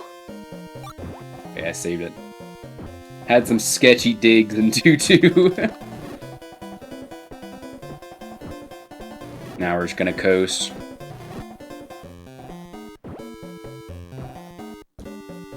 I'm gonna try out a new strat here in this room. I'm gonna see if it works. It's kind of tough. I got it! Ooh, no super jump, easy. Woo! Oh, dude, if this ain't a gold 2-2, I don't know what is. No, I tied! Wait, how did you avoid a super jump? I can show you. I figured this out, like, literally 5 minutes before we started this, so I wasn't trying to hide strats. I was hiding the strat in 1-3, though. You just bonk the wall. That's all you gotta do. I like to pinball against the wall here on this fall in 2-3. Oh no, I got the lag. I 2-2'd.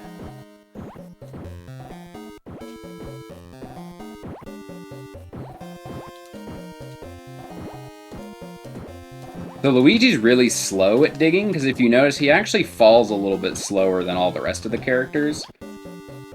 See how he, like, kind of hovers in mid-air in between each dig? So it makes him really slow, but it also makes the digs really easy, because it's really hard to miss them, because you have all the time in the world to watch him. Yeah, the cooldown period for digging is already over by the time he lands.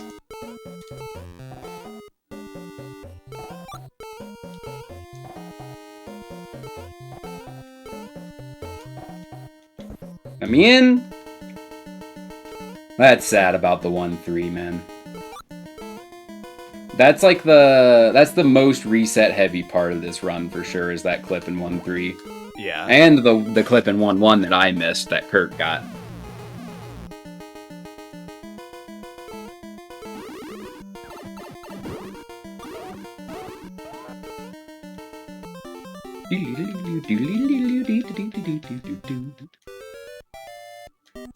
Ooh, I got a gold. 2-3. Let's go. So it's confirmed that Bagler is cheating if he's getting gold splits.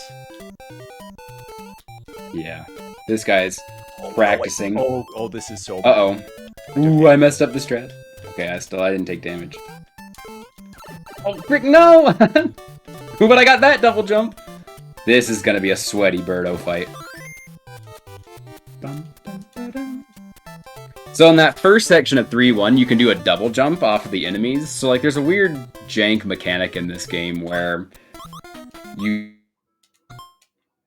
you sort of stand inside and you can, and Luigi, because he jumps so high, if you get a double jump, you can jump like double super high. Oh, what? No! No, God! No! Oh, I died to the Birdo! You just won the race, Bagler. Uh-oh. Oh, did you game over? I game overed. I was like one jump away from the key door. Oh, that sucks. So if you would game over maybe twice, I think I could come back. Well, I did just lose like 25 seconds, so... Oh, that's gonna be free for me. Well, here's where the real game over start. Is 3-2 with this gap skip.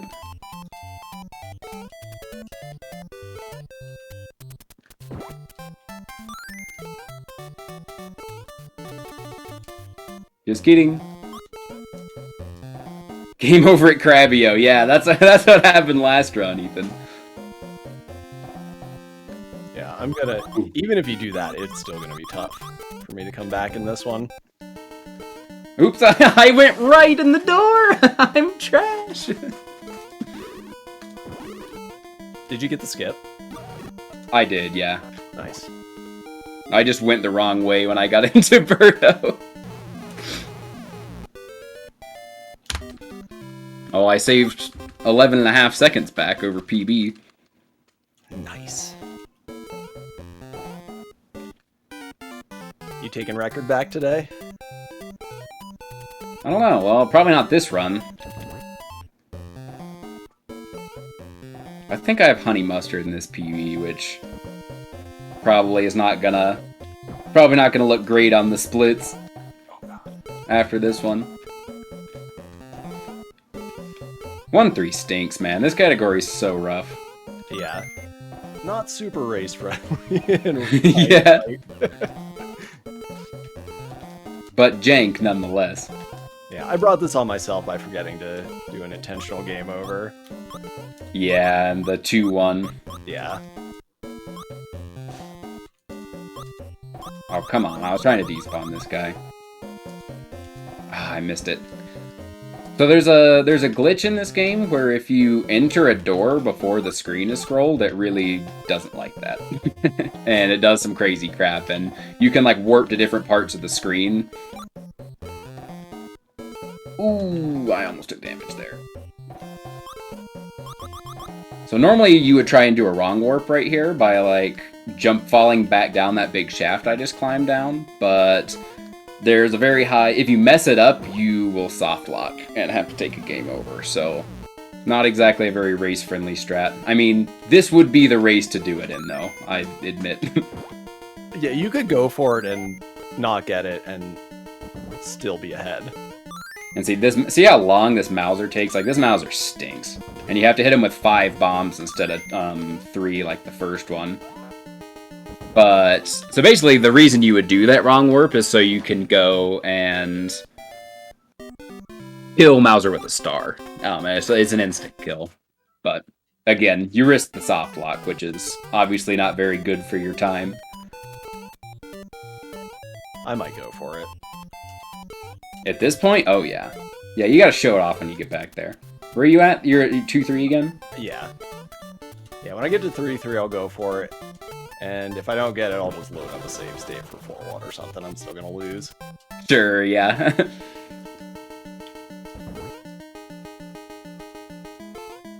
You could load up a save state for 5-1. When I get there, if you want to just start at the same time. See if I care. Make it a little more interesting. Oh, I forgot to double jump. Without taking damage.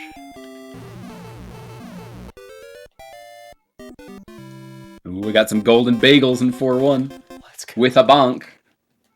Kinda cringe. Yeah, just no problem with the climb this time, of course. Yeah, of course. Well, the pressure's off now. Yeah, that's true. And it's the same thing with the clip, man. I told you, like, well, it was 1-1 and not ooh. That would have been bad. Oh, that is bad. Okay, well, we're riding the auto bomb.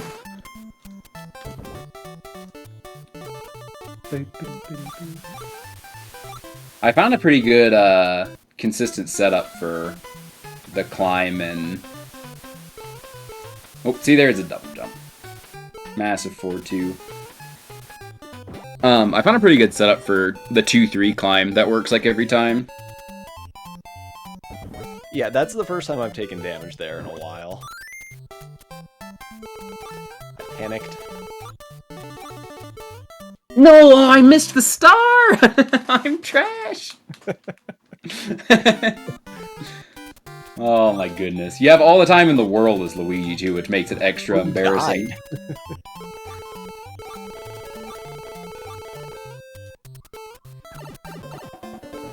I'm gonna need, I humbly request 10 more of those deaths. I'm down to 1 life. I might have to 1-up game in 5-1. Smart. Oh, there goes 15 seconds down the drain.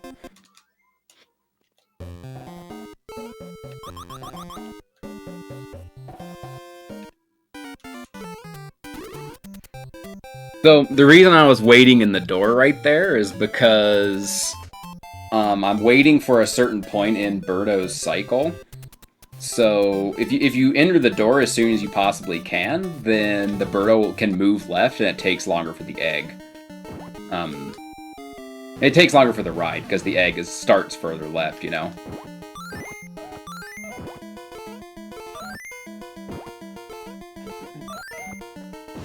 Oh, half and half, Shinron.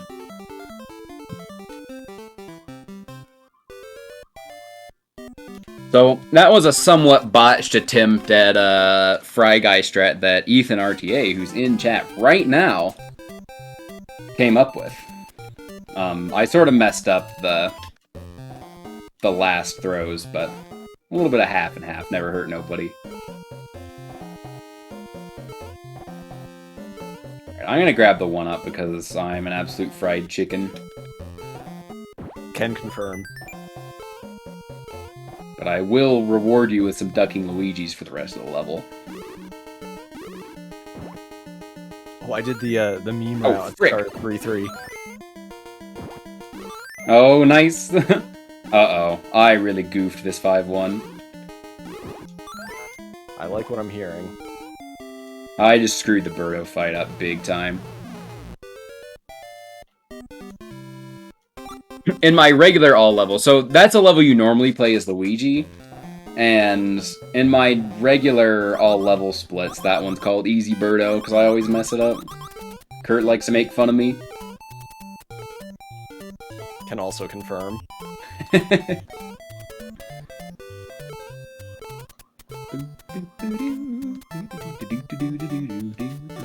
5-2 Luigi is so free until you get to the Birdo, and then it's impossible. Just need to get there faster so it's easy. I'm trying. I say So if you notice, I'm doing a bunch of jumps off of these vines. In this game, there's a weird thing. You have like a certain frame window to jump after you've left the vine.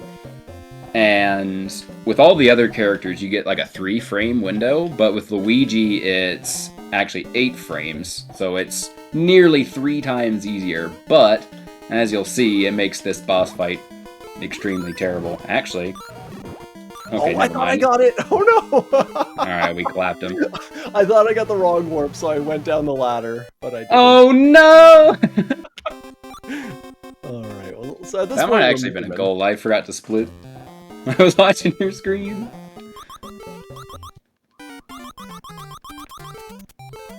I suppose I Yeah, can go with Luigi. the wrong warp again. Yeah, why not? Yeah, there is a lot of cool movement with Luigi, Junkyard Dave. It's because he's not meant to be doing these levels, you know? So, like, you gotta get creative with him. Oh no, dude, I did the thing in 5-3! I slipped down the ladder! Oh no. Oh my goodness. So, if you press diagonal down on the ladder, you'll actually just fall into a hole and not climb it. And that's what just happened to me. And so I have to play this insanely long section over again. Oh my goodness, dude. The classic blunder. All right, you gotta let go of your directions there. All right, I got the star kill. Oh, let's go. With fanfare, Skip. Easy. And now I'm in World 4, baby. Oh, crap. Oh, 5-3 is trash. Not as trash as me. How do I have record in this? I'm so bad. You need to take that back immediately. I'm trying.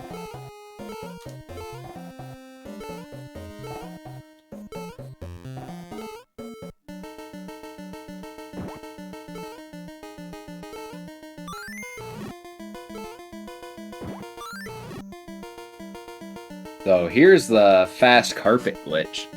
For some reason, if there's 2 carpets on screen and you get back onto the first one you were on, or the first one that spawned, it makes the second one go super fast. I have no idea why that happens, but it's really useful for making that screen way easier. Game is busto. Yeah, this game is super busto. Oh no, I know! Ah! I got killed by Crabio! Uh-oh, dude. 0 lives. Ethan called the Crabio game over. The comeback! No! I'd only be 1 world behind you if you game over, so take that into consideration. Oh, okay, I got the cool crab. Alright, well, so there's another jank glitch in this game where if you take damage while there's a projectile in the air, the projectile ignores all the hit detection. So actually, let's take an intentional game over here in 6-1. Wait, no, kill me. Barka!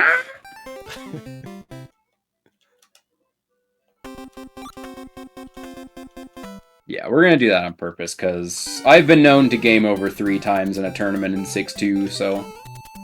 Yeah, I don't know. Rather not do that live on the air, on multiple channels. Yeah, feel bad for whoever hosted that tournament. Yeah.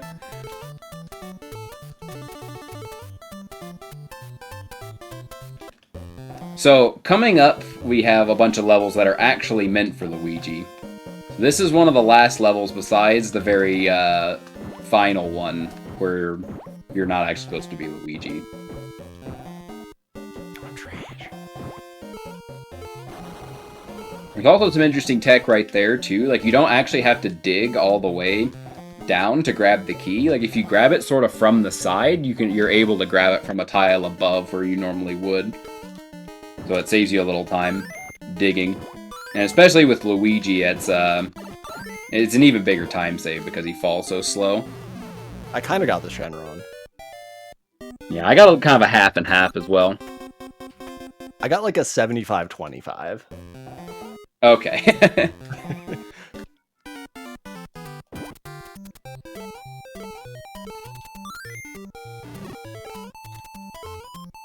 This is the one with the pterodactyls that Junkyard Dave was talking about in the setup room. If I get to there before you finish your run, I'm going to go for the sweaty strat. Let's go. Show that off. So Kurt actually came up with some tech in this room that I'll show you in a little bit if I can get it. It's the most important part of the entire run. Oh, frick, I messed it up. Oh no. I got like a triangular spin cycle. It wasn't very smooth. Sounds kind of yikes. Oh, yeah, it was pretty yikes. I'll admit. Dream. Alright, I'm gonna go for the meme route here in 5-2. So this is actually a dev intended shortcut, but the devs did not intend for you to jump over it with the potion. Don't speak for Miyamoto. Oh, what? I'm trash. I took damage on the Birdo.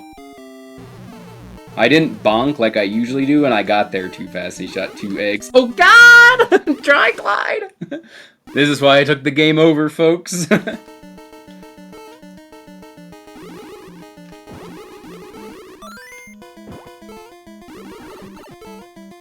Go for the backup chicken strat. Are you doing the damage boost? Yeah. That kills. It's hard to do the other strat after you've taken a death. Yeah. 6-3 game overs? Yeah, I did that in the tournament too, didn't I? Oh God, I fell. 7-1. More like die Clyde. Well, second try. No! Oh, I walked off in 7-1! The Titanic! The comeback is on.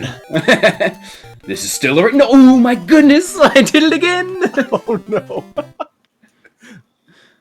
Tactical... I've got 1 continue left! This wasn't supposed to be how it went. Oh no! I took damage! Oh God! I'm floundering! You're supposed to be Luigi in this level, too. Alright, dude, I'm just going full-on fried. Fried chicken. The collapse of the century, yeah. Oh my gosh. This category is so hard. You're currently looking at the number 1 and number 2 players of this category in the world, by the way. Yeah, by the way, this is as good as it gets. Oh. Louie and Ethan, you're not allowed to run this category. Oh God. Any other god gamers in chat? Yeah, so world record is pretty free because no one wants to play this crap. I'm dead. Ooh, I'm not dead. Consider dying. I should have been dead. And I only lost 2 minutes. Let's go. Any 7-2 game overs? Hopefully not.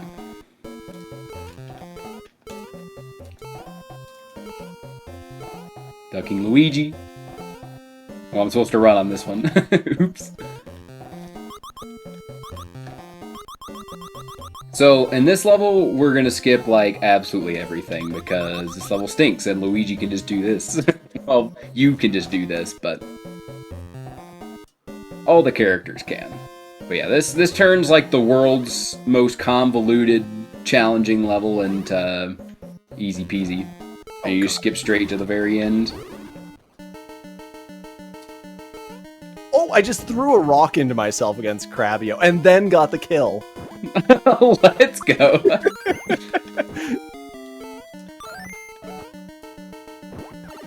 Uh-oh. Intentional damage. Took damage on the hawk mount. Oh, let's go. Got the cool crab.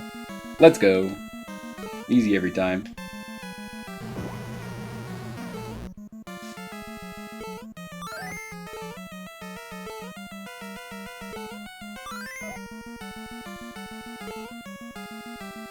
Oh, what am I doing? Oh God, what am I doing?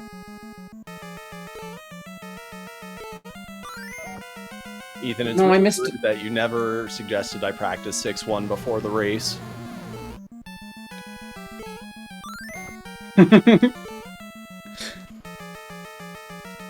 I kind of messed up 6-1 as well.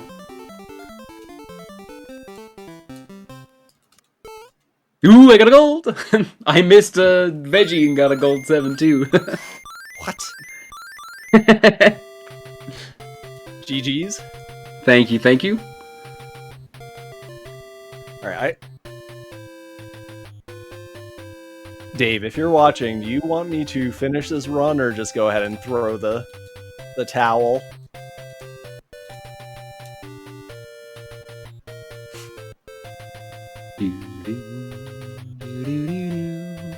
I'm only 7 minutes behind record pace right now, so Is that all? yeah, I think it's alive.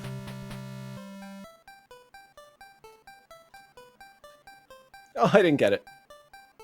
All right, I'm gonna concede. GG's, Bagler. All right, sounds good. Don't Thanks for wanna the go race, for Kurt. that. Sorry Yeah, about, thanks dude. for, 1-3, man.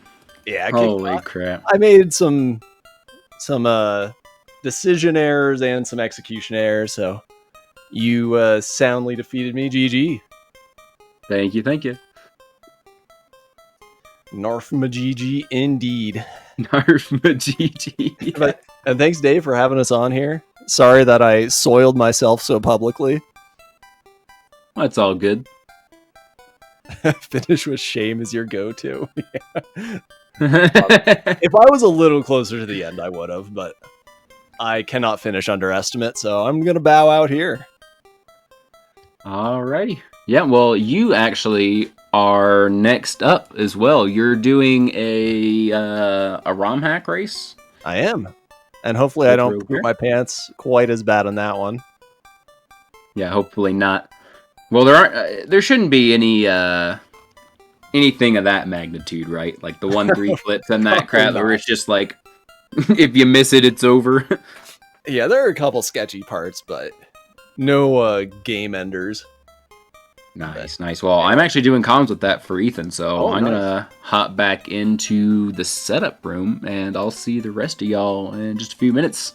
Thanks again for watching, folks. It was fun. This category is janking really hard.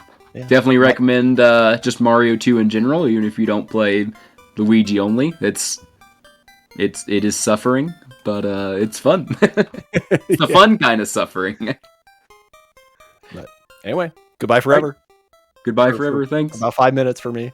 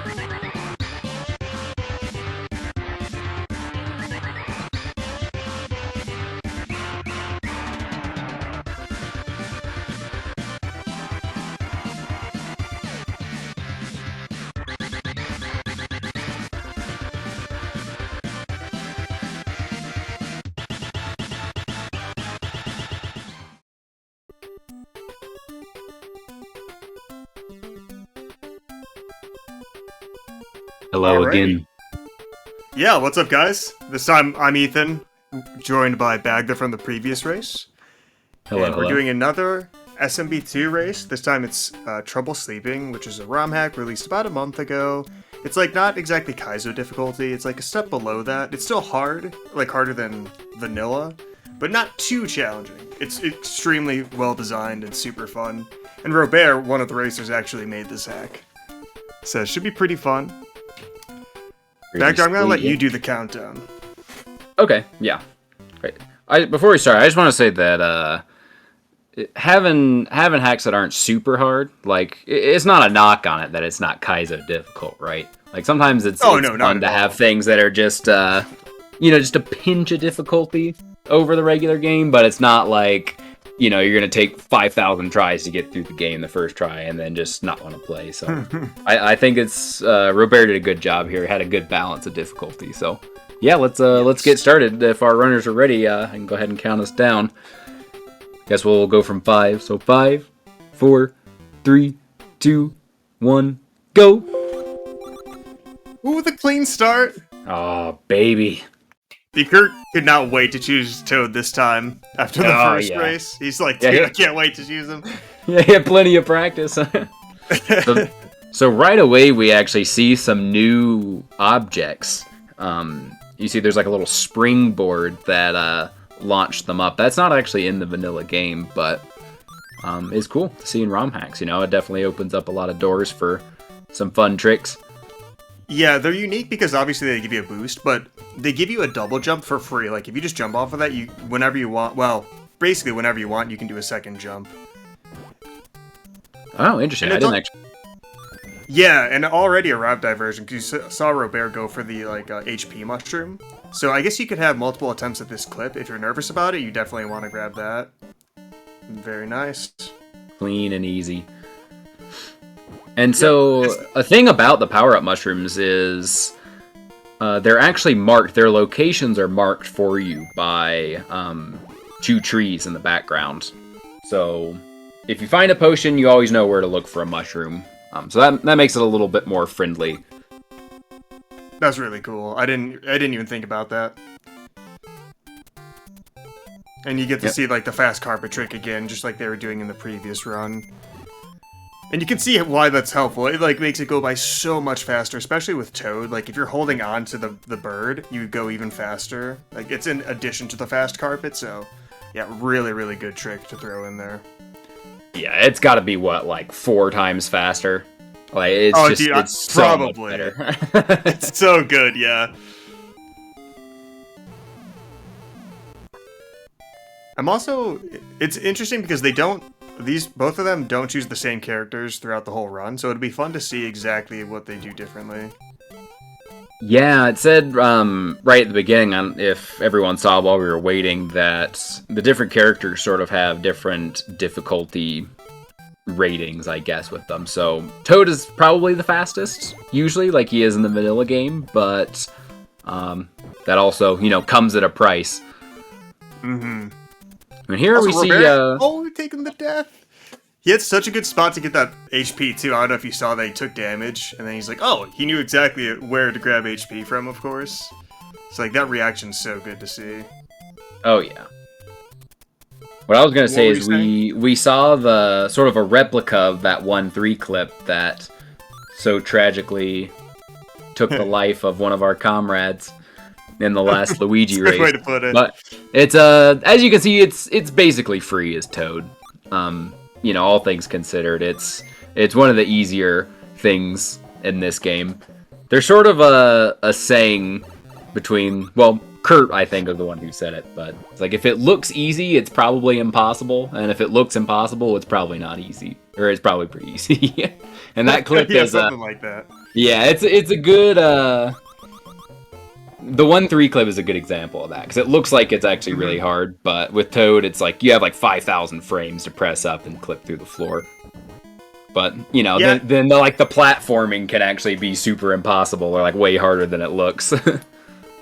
Yeah, I mean it's hard with Luigi because you hit the take damage from those spikes, but as Luigi you bounce up super high after taking damage, and it's just like makes the rest of the clip awkward. As Toad, you don't really bounce up at all, so you don't have to worry about like grabbing the vine early or anything, any shenanigans. It's very straightforward. Yeah, like I think the amount that you bounce is proportional to your character's jump height or something. So with Luigi, it's just like extra jank. Yeah.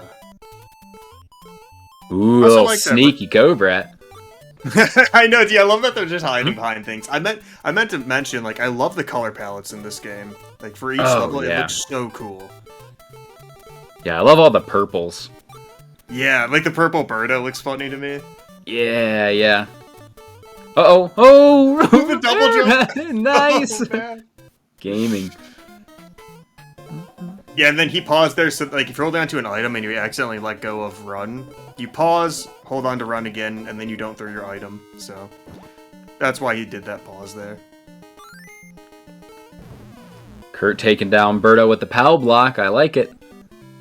Yeah, POW blocks are amazing. Like, you don't really ever get to do that in the original game, but they're an insta-kill on Birdo. So, can't really ask for more than that. You know, yeah, I love that it's just the pokey head, too. Like, nothing else, too. And he looks like he's spinning around like crazy, too. That might be my favorite character. That's incredible. Oh, okay. I like that Kurt blew up that wall and the bomb on the other side at the same time. That's really smart. So Robert here is throwing this key because as long as you're holding it, that mask, it's called a Fanto, will chase after you, and it makes platforming a whole lot harder because he just like flies around and he has a big, strange like figure 8 pattern, and it's really hard to avoid in those tight gaps. So if you throw the key, he'll leave you alone for a little while, and you get another chance to, you get to be home free for a little bit. Yeah, it's super helpful. I mean, it's, at least you're not doing it with Luigi. That's like the most stressful thing in the world to me. Oh my goodness, yeah, like that climb in 2-3 as Luigi is terrible. It's horrible, yeah. Because like Luigi jumps at just the wrong height to not land on a sand tile if you do a full jump, like with Toad. So you have to time every single jump, and it's just like, oh, it's so jank. Yeah, for sure. And something that Kurt was talking about is like, you took that unfortunate death through the ladder because you like held down left. I think that can happen on every single one of these ladders. Yeah, I believe he said there's no floor at the bottom. So if you don't hold down at the end, you will die. Oh my goodness, yeah. Yeah. Oh, and this subcon theme is so cool for levels. I love how it looks. And like the black potion. Ooh, yeah. Yeah, the palettes really are incredible in here. And then you go through the door to subcon and it's the normal colors. Like, that's just such a cool thing. So Kurt actually used Princess in this level. Kurt used Princess in the level that Robert's in right now. So a little bit of a difference. Oh, yeah. There. Yeah, I don't even know. I didn't even think about that. And actually, Robert's also going for different veggies with this route. Oh, okay, I like that. It's like some subtle differences in their routing. That's pretty interesting. Yeah, I know Kurt's been really grinding this. It actually got up on speedrun.com. I think Kurt currently has the record. I believe so. I thought he got it yesterday. Unless Robert also did a run and then got it back. Because I know there's definitely like back and forth a bit. Yeah, trading them off. Oh yeah, the subcon, dude. I know, it's so good. I like how it goes back to normal too whenever you whenever you go in the what's supposed to be subcon. Yep. So I'm curious if Kurt's gonna take a damage boost at the end of this section. Yeah, he is. Oh no, he has an extra life, never mind. But like if he only had 1 HP and you enter the door and die at the same time, you do complete the level. Really? Yep, so you can save a little bit. I mean, obviously it's like if you mess it up at all, then of course you do die, but right. He was showing that off in a run yesterday.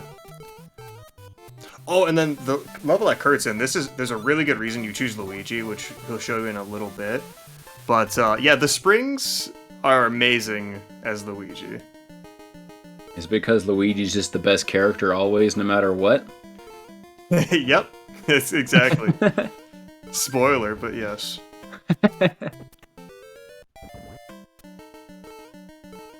Oh, and then what Kurt just did, it's funny that you can put mushroom blocks on, like, you can put them on clouds or that tree. It's just like a thing that doesn't look like it should be possible, I guess. Yeah, it's like the scenery. Oh, like, Kurt's trying to for land some on the reason snippet. have. Oh no! Oh gosh.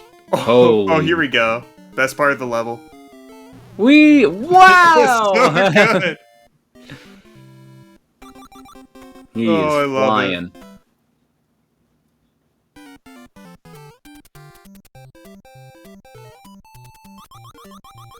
I don't know why I love just watching that so much. Is Luigi just flying through that section? Oh, Yeah, that was oh. such a nasty shot. Oh man. The double Luigi's- whammy. Yeah, because you have the slow pickup speed of Luigi, and you're like, okay, I think I'm fine. But you also fall slower, so it's kind of really hard to avoid eggs when Birdo does it so rapidly. Yeah, when it's the triple eggs from the Birdos, it's so tough as Luigi. That's what makes it really tough in Vanilla 5-2 as Luigi, is it's a red Birdo, so it'll shoot 3 at a time, and if you don't pick it up pretty much as soon as you can, then you're gonna get hit by one of those eggs. Yeah, and that damage boost Kurt did was intentional. He does that. If you run into an enemy for a double jump, if you take damage, you're like guaranteed to get a double jump, pretty much. So that's why he does it, to make it easy, and just grabs the HP afterwards. Nice, I like it. Ooh, gets a nice double jump off of the flurry there. Dude, I always think someone's gonna die when they go down to that lower cherry, because I'm just not thinking about it. I'm like, oh my god, they didn't jump. But no, it's you want to grab all the cherries. Who wrote Bear with the Robert, clean not- Birdo? Yeah, not too far behind after that death by Kurt. Yeah. A much cleaner section.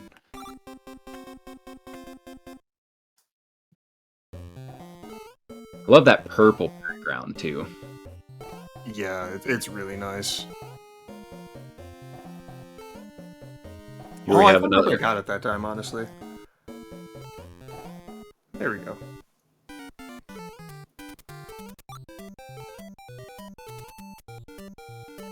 Nice. I know the bomb placement that Kurt just got is kind of tricky, because if you throw it just a little off, it won't blow up the blocks that you're aiming for, so nice to see that he got that. Yeah, that looked really smooth. Well, here's everyone's favorite Fry Guy. Dude, you know, this reminded me of the Fry Guy fight that you found in the one randomizer. Do you know what I'm talking? Like, you did a wacky wrong one and you had a crazy yeah. Fry Guy. I think of that With every time I see this. That was with the subcon palette, like where there wasn't actually a floor. So you had to Yeah. like make a floor with the mushroom blocks that you threw. That was so jank, dude. It was extremely jank. Oh, so yeah, the vine that Kurt just climbed off of as Princess, you can actually clip through the floor there. If you like throw an enemy and you press up when it's about to hit you, you can clip through, but it's pretty tough, and of course you need an HP for it. So I don't think he planned on going for it anyways, but it is something you can do in the run. I like those sneaky. Oh no, Kurt! Oh, he went for the double jump. Yep, dude. Sometimes if you just barely miss time, that it's really nasty. I'm assuming he was going for the double jump at least. It's sneaky. They put the springboards That underneath triple? spikes and crap. Yeah, I know. Dude, that triple hit though on Fry Guy was really nice. What a gamer. Got a couple of gamers here. Okay, Kurt gets the double jump this time. And I love that spring right there, so that if you accidentally jump into it, you just have to go through the whole thing again. Yeah, you gotta love the trolls in there. Yeah. Like, oh, you gotta mess it up?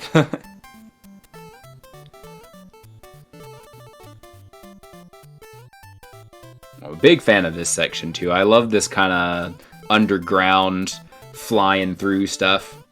Mm-hmm. Kurt just doing a damage boost here. Oh, inching his way Oh, through. that's intentional. Yeah. That damage boost is nice. Oh no, I Oh. think it took us. I think that was another double jump situation, possibly. But yeah, if you do the clip that I was talking about earlier in the level, you actually have to use an additional bomb in this section. So that's the Okay, one yeah, this kind of looks kind of trade-off. tricky. Yeah, it's definitely tricky. But if you just hold this bomb and just let it blow up in your face, then you skip using a second one at least. Look at this. Robert's actually taking the lead now after that death by Dude. Kurt. Oh, they're so close! Wow. The sink! Oh my gosh. both playing the section a little careful too, because I mean, you know, there's nothing beneath you, so it's pretty stressful. Oh, Kurt took the lead again. Oh my gosh.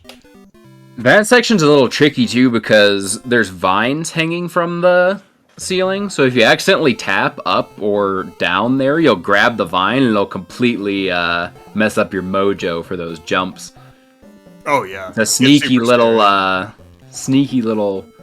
tactic by Robert putting those in. I like that a lot. Yeah, you try to do a duck float or something, and then you grab it. Oh, and this black and white background's so cool. Oh yeah. Kind of reminds me of like Kirby's Dream Land. Yeah.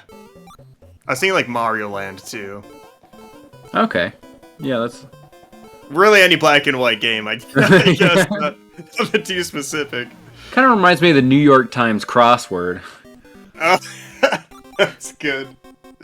Dude, the sync. Oh my gosh. Yeah, this they is basically nuts. played that level. It was like the exact same level on both screens. Which this is the kind of situation where you'll really see the differences in their gameplay and like just like minor changes in strats, because any advantage really matters here. Oh yeah, they know they're right next to each other, neck and neck. Yeah, a couple of these floats would kind of stress me out too. Ooh, yeah, really pushing the limits of the float. If you jump a little too early, it's sketchy. And like the Panzers, for I think the first one where you charge a double jump, if you're not paying attention. Kurt! Oh no! If you don't pay attention, the Panzer can actually snipe you, so it's pretty bad. Ooh. Really nice kill Kurt by going Robert. for the... Oh, this is scary. Because like if Kurt picks up a veggie when the boulder's thrown, oh, see? That's scary. Ooh. Oh. But he gets through. Oh, here we go. We get another subcon level.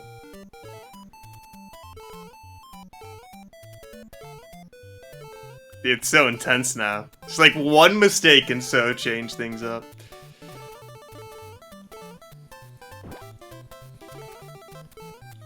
This time they're grabbing the potion for another warp. And this is the final like warp in the ROM hack. I like that scam double palm tree over on the left, too. To bait you into wasting the potion. Yeah, a nice that's feature. Really Dude, did you see Kurt run onto that spike? I don't know if that was like a mistake. I mean, I assume it was some sort of mistake, but I thought he was going to walk off into the pit, and that really scared me. Yeah, I don't think that was on purpose.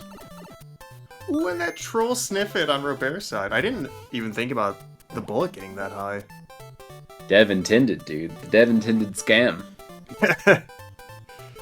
The dev. He is the dev. By his own. Yeah. Oh, see, this is what I was talking about before by putting like a block on a cloud. Very nice. That's good stuff. And the moving clouds, I didn't mention that. Obviously, that's a new thing that you never see in the standard game. Oh, yeah. Did Kurt do some kind of double jump cheat or something here? What's going on? I think so. Okay. I looked away at the last second, but he must have double jumped. The other thing, I was thinking, like, if you go to the very top of the ladder and maybe do a delayed jump, I don't know if that would work, but yeah, I wish I saw. I wish I was looking. Oh, this green birdo. Ooh, Robert. Oh. Yeah, and like they'll delay Nice kill. picking up an object because if you're picking up an object and there's a fireball nearby, it goes right through you. So that's intentional for them to wait. Yeah, that's pretty easy with all the characters except Toad because the pickup animation is pretty lengthy for all of them, like especially Princess. Oh yeah. It's like they both took damage here. Not sure that was intentional. I'm gonna pretend that it was. They both did it, so yeah, totally intentional. They both intentionally messed up. We'll just say that. Yeah, that works for me. Oh, the little bit of lag from those Panzers, you love to see it.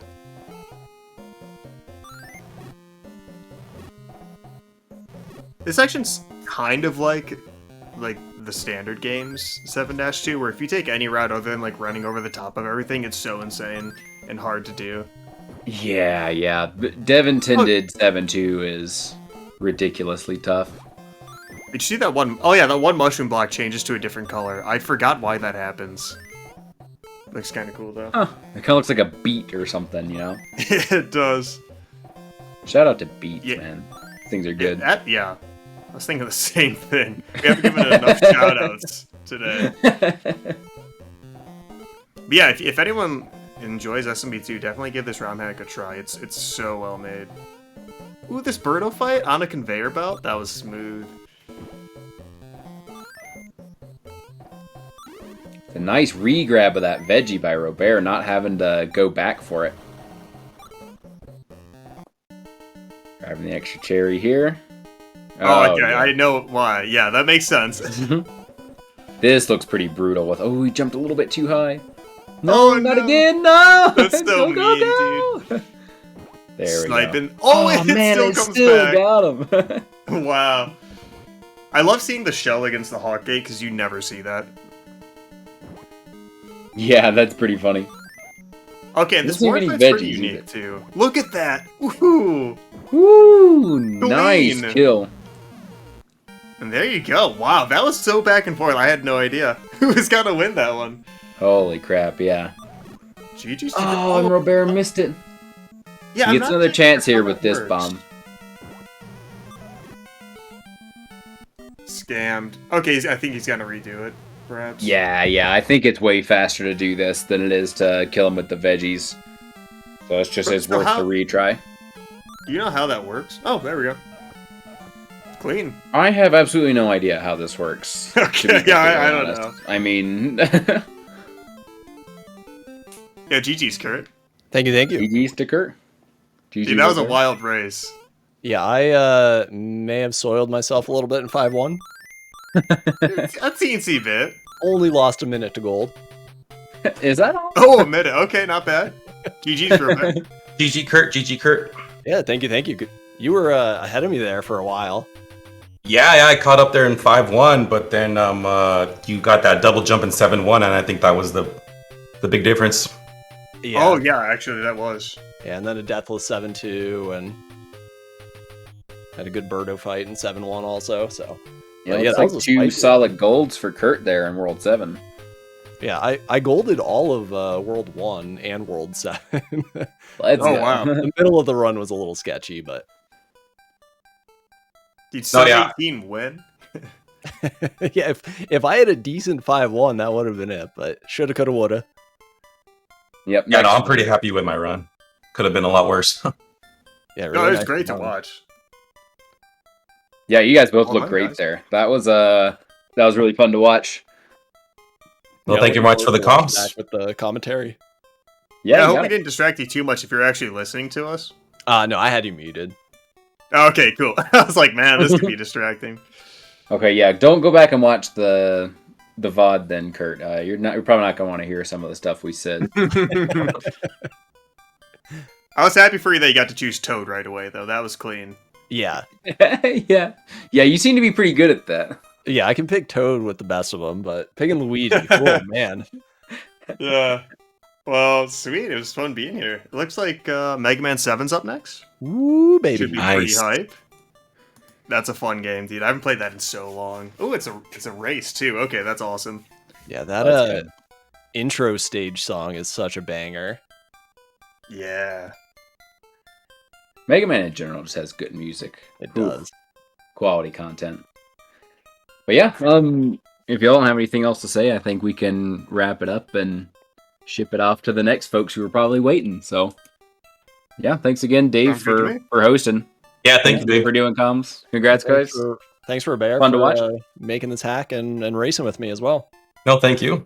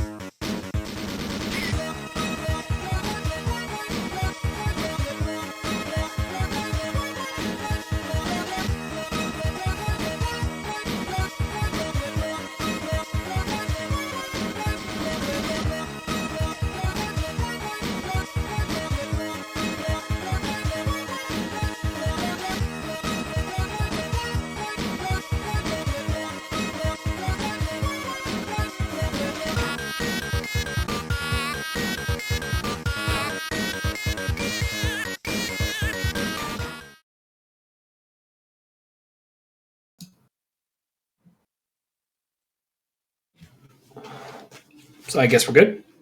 I believe we're live. Hello, everybody. I'm assuming y'all can hear us. I assume so as well. So I have the stream paused. This is going to be a Mega Man 7 race.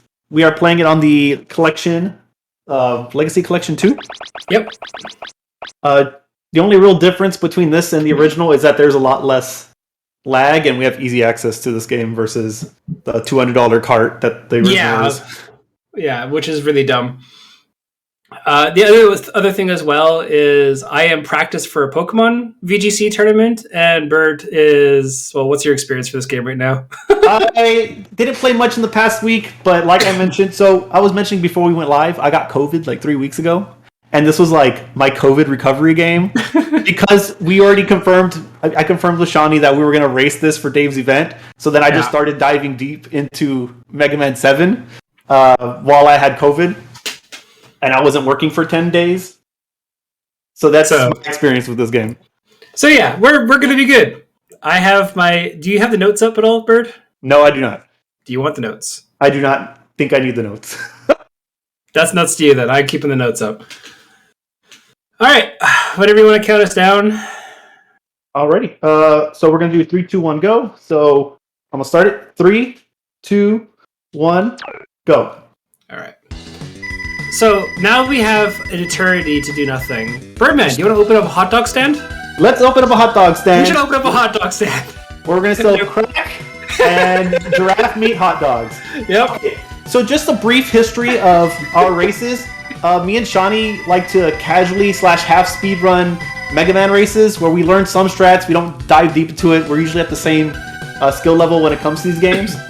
This year, we decided to do 1 through 6 all together. We did it on Dave's channel about a month and a half ago. Yeah. And now this is just the next game in the series, Mega Man 7, that we're doing. We did race this last year as well. Yeah, we did them all more or less individually. Then we rated them from least fun to most fun and best speed run to worst speed run kind of thing. And that was actually a kind of neat thing. I would definitely do Mega Man 1 to 6 again if it wasn't for Crystal Man Stage and 5. That still is like my golden rule on that one. That level just ruins the speedrun. It is bad. It can decide to kill you if it decides to kill you. Also, we still have like 30 seconds worth of text as well. So this game's great to start when you speedrun. Yeah, after Otto stops talking, we have to listen to Light. Yeah, so that's why we're just kind of going on. My experience for Mega Man games is I always played them. I actually am an RPG speedrunner, but my bread and butter games have always been platform games. And I don't tend to speedrun platformers, just because they're my comfort food. And I don't want to ruin that for myself. So I tend to do horrible speedruns of RPGs and action RPGs. But this game is a bad play casually. I still stand by that, but probably one of the funner Mega Man games to speedrun once you learn it.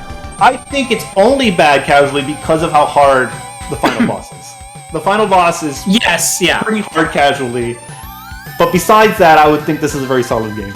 And we're actually about to start now, so we can actually focus on the run. It's basically damage boosting this entire stage, fighting one boss, and then hopefully ending the base fight really early. So I'll try to do 7 hits before I get to the end of the screen, because I kind of calculate it that way. I did 4, and then I do the remaining 6 on the boss. That's how I calculated it. Whichever, it's damage boosting one way or another. This boss has 10 health. There you go. I got all the damage boosts I would need. I'm just waiting to go now. And we actually have no route that we share. We both speedrun the game uniquely. So you're going to see me do one thing and Birdman do something completely different. So my experience with this was watch the world record a couple times and then mix the world record strats with my own casual, I just want to get through the game and not die a million times strats. Yeah, so first one is Cloudman. Cloudman is honestly a stupid stage. Everything else after this actually feels good. I don't like the invisible bridge part. I'll be taking that slow, and I think you're the same. Yes, but there is a couple risky jumps at the start of this that I will be trying to go for. Hopefully I don't die. And I got one of them. I'm going to take that part slow, just because I hate that. Oh, I can just do that. I forgot I don't have to jump there. So we're actually not going to do too much commentary on the actual game itself, just because, hey ho, we're not actually speedrunners in this game. We don't really know what to talk about. It's kind of funny that way. If I picked up a power-up while jumping and nearly killed me because... I hate the leg! It stops you. I feel like the Super Nintendo could have handled it. I believe Mega Man and Base, you don't freeze when you pick up power-ups. Health. That flows naturally, yeah. Even on the Game Boy Advance when they did that as well. So I don't know why they couldn't do it in this game. Also enjoy the high-pitched squealing of Mega Man's Charge Buster, because that's great. This is the one part I'll take a little bit slow, just because I did not learn to screen, nor do I want to. The invisible part? Yeah. Yeah, I took it slow as well. I can't do it fast.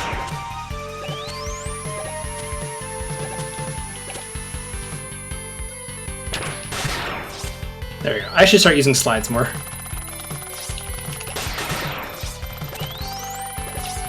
I might casually just go into playing this game again, because, you know, it's like a bread and butter game, right? So I just want to... Yeah, get it to Cloudman. Go Cloudman! You just hit him with the buster, hit him with the... Oh, damn it, I died. Really? The stupid cloud, or the guys who inhale you. I took that part slow. I picked up an energy pellet and it screwed up my timing, and one was going backwards and one was going forwards, so that probably just settled the race, because that's like a minute and a half lost now. The checkpoints are not that forgiving in this game. Nope. That's what makes the game really annoying. And nothing... Like, the game handles actually really well. Problem is the verticality of Mega Man is really bizarre. So... Oh well. I'll make up some time later. Seriously, I don't know why this invisible bridge is still invisible when it's not raining. I didn't even know you could change the weather until I started running this a couple weeks ago. I didn't know you could hit it with ice and make it snow. I knew nothing actually, about I did know that one, actually. Yeah, I did actually know that one. So yeah, Cloudman stage is also a little bit difficult since you have none of the other power-ups. It would be a lot easier if we had Junkman before, or even Rush Jet. Yeah, which we get in the next level. And that makes the game significantly easier. One of the differences between this game and the original, the lag, Junk and Rush actually make the screen lag a lot in the original. This game, we could just use it wherever, and it doesn't really matter. The other thing as well to point out is the damage of the Mega Buster is kind of annoying, because you can... Like, all the bosses have iframes on them, but some bosses you can attack through their iframes with their weaknesses. It's kind of a bit weird. Junkman's one of them. I know you're going to try to go for it, but have you figured it out yet? I am not. Actually, I wasn't able to figure it out. Okay, that one actually I've been able to actually do decently. So there's Cloudman done on my end, so you're quite far, most likely. And Junkman's theme is a certified banger. It's probably one of my favorite tracks in this game. I didn't know until I started playing this a couple weeks ago that you could actually do different directions for these platforms. Yep. If you hit it from the right side or the left side, they go different directions, and I found that very interesting.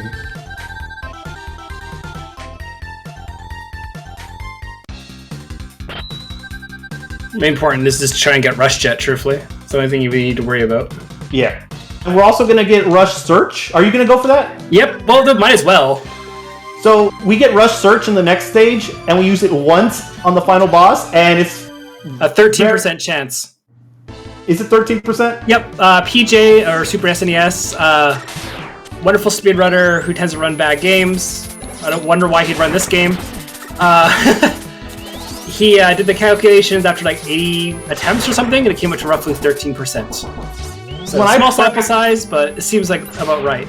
I didn't count it, but when I was practicing it, I felt like it was roughly 1 out of 20 times. So it depends if Rush wants to be a good boy or not. Yep, and yep. I got it so few times that I am unpracticed if I get it, so I can even just mess it up and not get the quick kill on one of the Wily machines at the end. Yeah, which saves like a minute maybe.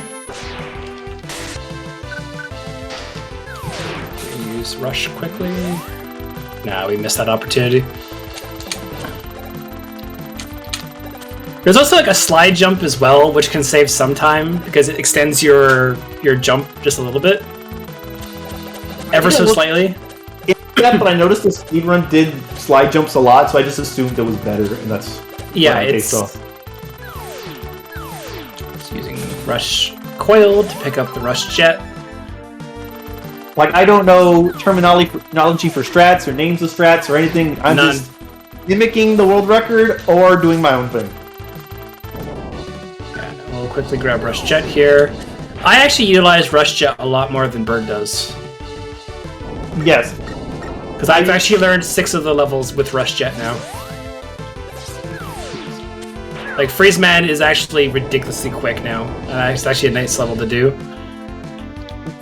I'm gonna pick up extra HP in a second because I took too much here that I don't normally take. Okay, I'll try to do the Junkman attacks. You'll hopefully see him take damage when he's in the white frame aspect stuff here.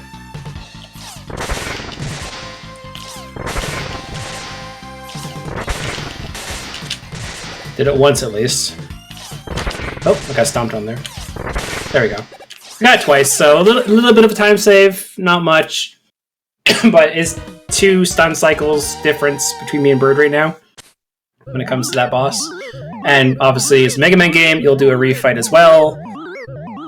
Also, I have a cough right now just because allergies are everywhere. Shut up. Got scared to jump and get hit, so I just decided to take it slow there. Yeah. So this is, again, you're on Freezeman's level right now, right? Yes. Or, yeah. I'm You'll gonna see be the difference entering between... his boss soon. I'll probably be about 35 seconds behind you then. Because like this level goes so quick with Rush Jet, because you can calculate everything so you still have some left over. Yeah, I would say Freeze Man stage is pretty quick and simple, not a lot to explain. We just pick up Rush Search at one point for the end. Another stage that's very quick and easy is I got frozen there. Is Springman's. So the top of the screen is the safest, but there's also screen transitions that you can just quickly do. And damage boost. Yeah, you can reach the ladders with either Rush Jet or a jump slide. Yeah.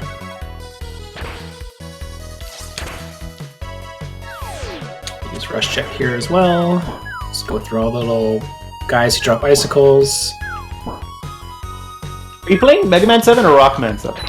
I'm playing Mega Man 7. I actually could not get Rockman 7 to work. I tried changing my Switch to Japanese and it didn't work. Oh, okay. So it's not like the Legacy Collection one where you can just swap it on the fly? No, I hate that part. So, that's something when we race these games, he's always playing Rockman games, I'm always playing Mega Man. A lot of the games, there's not really much of a difference. It's just kind of been a theme we're kind of sticking with for no reason. I just wanted to. That was really it. But I absolutely don't feel like swapping over since it's cool that one of us is playing the opposite. So right here we use Rush to slide through the these little bomb things, so we don't have to wait for the timer. I honestly didn't know that until I saw your tweet on it. Yeah, I know. I don't do the first one. I can only do that one like 1/3 of the time, and it's not worth me trying.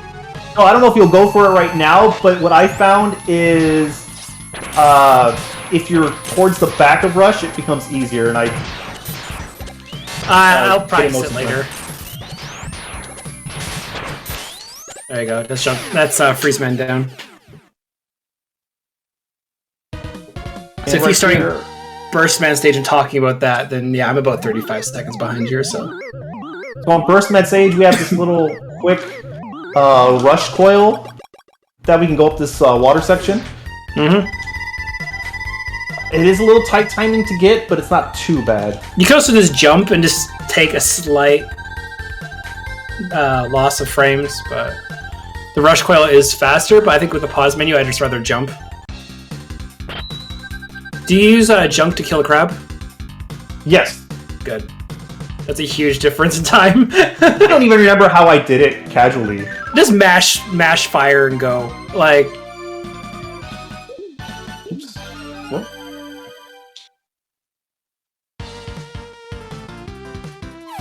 Well, I'm in a bad spot. I'm just gonna wait for this to go up and get the HP. Yeah, there's time for safety starts for sure. There you go. Oops, I forgot to hit the actual button. I was tempted to do the Burstman's. Oops, wrong button. I was tempted to do Burstman's E-Tank.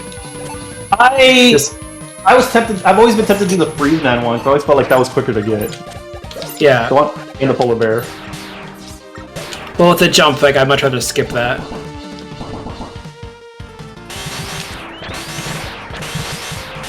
So, I didn't talk much during Burstman stage. Ooh, I missed the shot. But, this is the stage I died on the most. Yeah, Sam. I'm going to be being very careful with the second part of the stage. I really dislike it.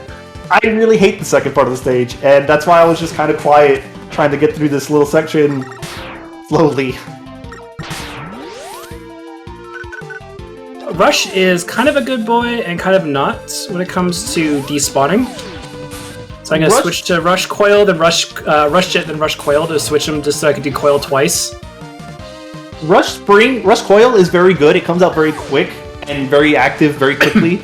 Rush Jet, if you bump into a wall, he just disappears and you die. If you get hit, gets hit by an enemy, he disappears and you fall into spikes or a pit. You got to be real careful. Yeah, I'm actually going to be taking a wait cycle here.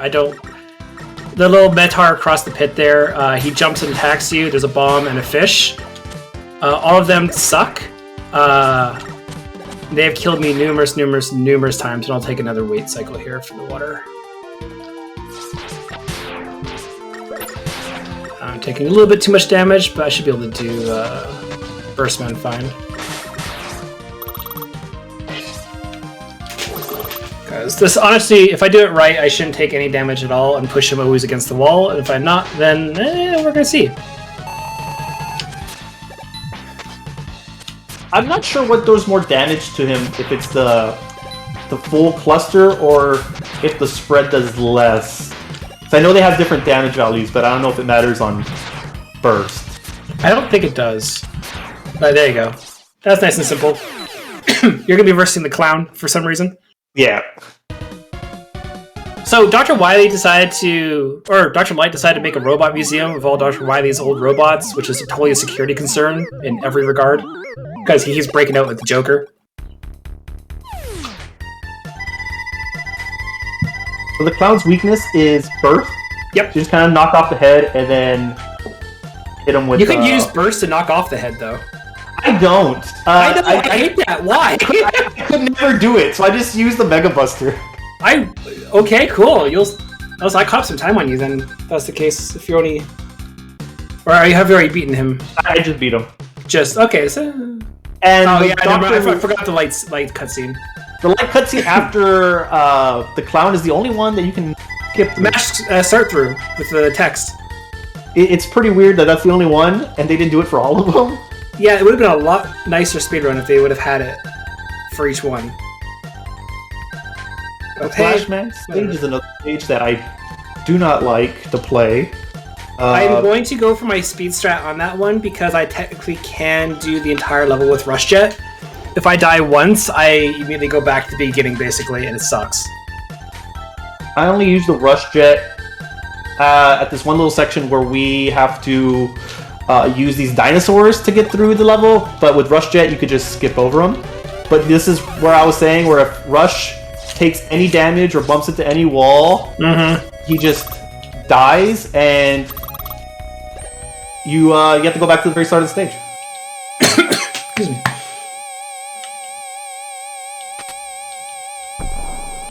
But we got through it. That was one thing that I made sure to memorize, was the location of the enemies to avoid Rush taking damage and dying. So this dinosaur is weak to burst, but I need him to be close, and he got close to me to use it. Sometimes he'll just shimmy away, and then I have to swap to a different weapon to beat him. Wait, he's weak to burst? Yeah, he's weak to burst. If Oh man, you can close kill him to a lot faster with junk. You kill him really quickly with burst. Oh, didn't know that. I kill him within 3 junks, like hitting him in the jaw. If he gets close to where the HP is, you just spam the little like mines on his face, and he just instantly dies. Oh, that's actually kind of funny because he doesn't even get there with the junk. Like he actually dies before he gets to the stand. I didn't know that Slashman could slash the red stuff. No, I didn't know Slashman could break the ice and prevent you from doing it. So we use Rush Jet to go over the Stegosaurus here. And then it's around here. There's one set of birds. Oh, I got hit. That's fine. And the second one's there. Grab the HP. Rush didn't want to be a good boy there. That bodes well. So on Slashman, you want to hit him with at least one Mega Buster charge shot, and then the ice, because if you just hit him with the ice, it's very slow because he takes so much longer for you to be able to do damage again because he goes up to the ceiling, drops his little red orbs. If you get hit by a red orb, it's very annoying. I don't know how to actually get out of the red orb. I just take damage. You can't, I don't think. So I did the... So we'll see the difference between junk and burst, because, yeah. Oh, I see what you're doing. Oh, you ran away from me. There you go. You just keep the same menu or junk just in this area here. Now we're going to Springman. Springman, I would say, I don't want to say it because I'm racing, but I'm going to say it. It's the freest level. It really is. Especially the boss with the AI manipulation. There's spikes at the start, and now that I said that, I'm going to die to them. So it's 1 R tapped to get the ice, if I do this quickly. So yeah, like Bird said, you have to keep going back between Mega Buster and not. I don't know if it matters, I always try to stay on Slashman's wall he jumps on. It seems the red orbs drop less when he first jumps there, but that might just be... I tried to stay towards the center of the stage and try to react to them, but it's kind of impossible when it still happens to get it. Yeah. I think I'll still do Mega Buster, but... So, when I looked at the world record for this game, there's a little zip here that they do. I could never replicate it. Just letting y'all know that there is a zip here. Yeah. Yeah, I don't... There's a lot of weird mechanics for the SNES Rockmans, because, like, Rockman 4 is crazy zips. Like, embedding yourself into a wall and stuff like that.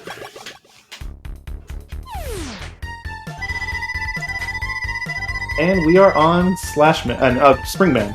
His weakness is Slashman. Which, so if you AI manip, is great. So, you could hit him once, he'll go into a stun animation, and when he jumps up, you could hit him one extra time to, like, stun lock him. I missed it right here, let's see if I can get it. I keep missing it. Are you gonna do the classic music, or are you gonna do special music for Shade Man? I'm gonna do classic music because Super G&G was earlier, and you all got to hear that music earlier. Plus, my I don't think my audio is playing, so it doesn't even matter. So it's whatever chat wants and whichever you want. Speaking of the spikes, I don't want to die there. But if you hold B when you select Shade Man, you get to play. It does play the theme song for Super Ghosts and Goblins. Yep. Actually, I'll grab the 1-up in Springman stage as well, just because I died technically in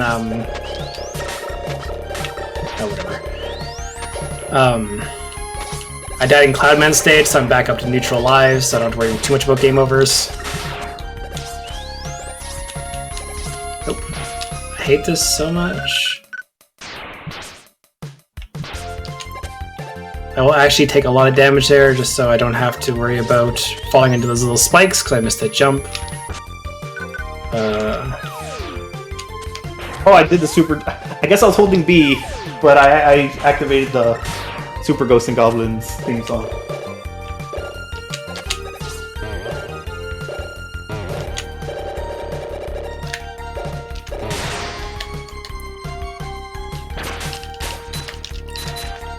no. Thank you. Stupid game. So yeah, it's like Birdman said, Springman's basically free. Even casually, if you hit him with the weakness, he's easy to dodge. Like, you really should never die on him.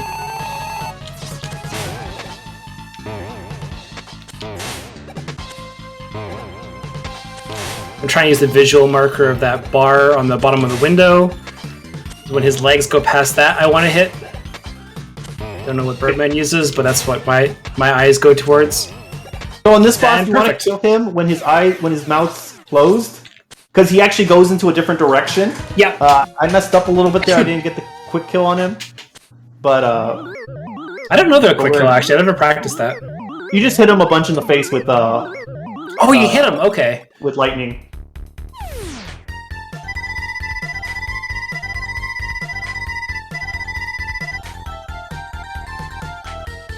Want these dogs to jump? They jumped. Good boys. Yeah. Hopefully Rush will be a good boy. Like I said, if he is, cool, but I didn't really practice when I got it. There was a couple times where I did get it and messed it up. It's really hard to practice on the Legacy Collection as well, because you can't make save states for where you want. Yeah, it's the checkpoint states, where you essentially save the last checkpoint and can go back to it at any point. Ghouls and Ghosts.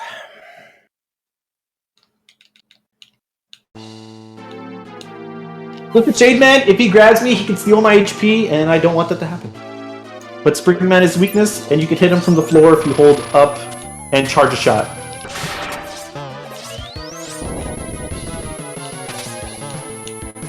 Getting stuck on the ladders, apparently. Whatever. And that was Shade Man.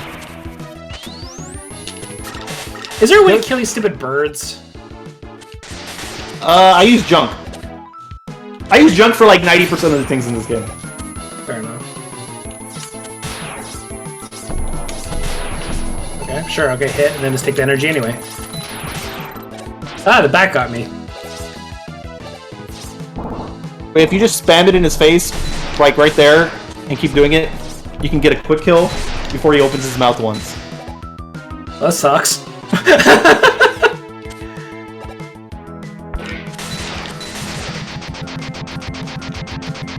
So if you kill him when his mouth is open, he goes into a different area, and there's a long auto-scroller there, and yeah, that's not good. It skips that, basically.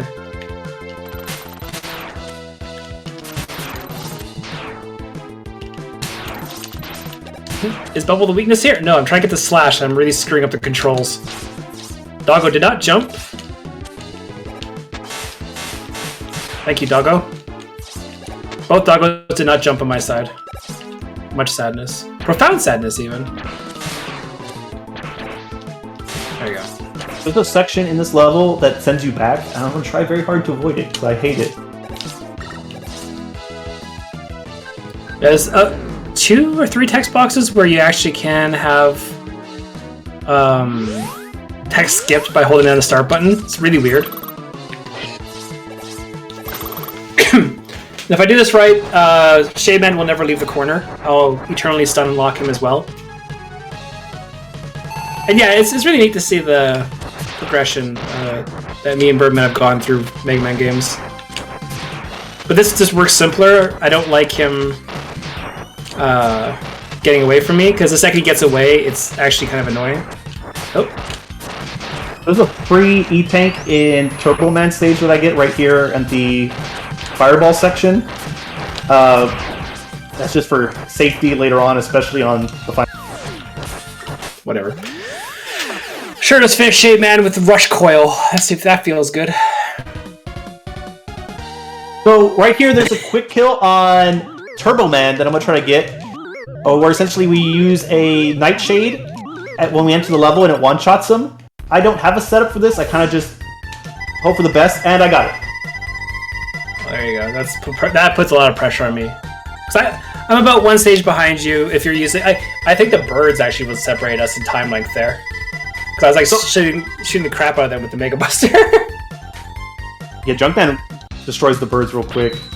So what happens here essentially is when his life bar spawns, he actually gets his hitbox activates, and when the knight hits him, he has 0 or 1 HP. and it essentially kills him right before his health spawns in at speedrun. It's not important. You can technically do it on Springman as well, but we don't play Shademan before Springman, so you can, but it's really annoying and slow.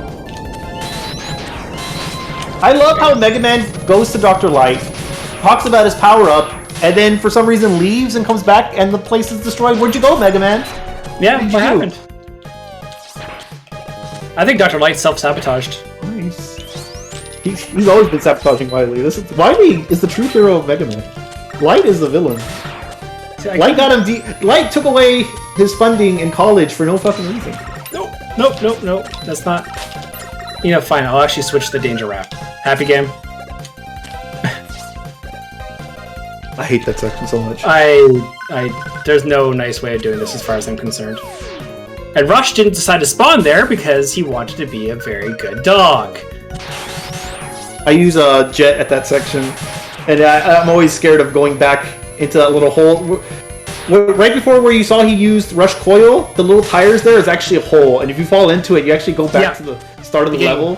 It's horrible. Actually, one of the secret letters is there for Rush, or the power adapter, or whatever the heck the 100% run is. I didn't even know that. I barely know where the 100% stuff is. I'm tempted to learn it, actually, after this. Oh dear. I am indifferent to it. There we go.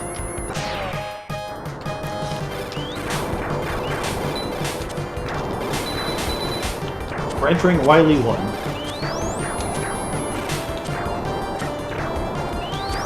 And once again, I just used... Oops.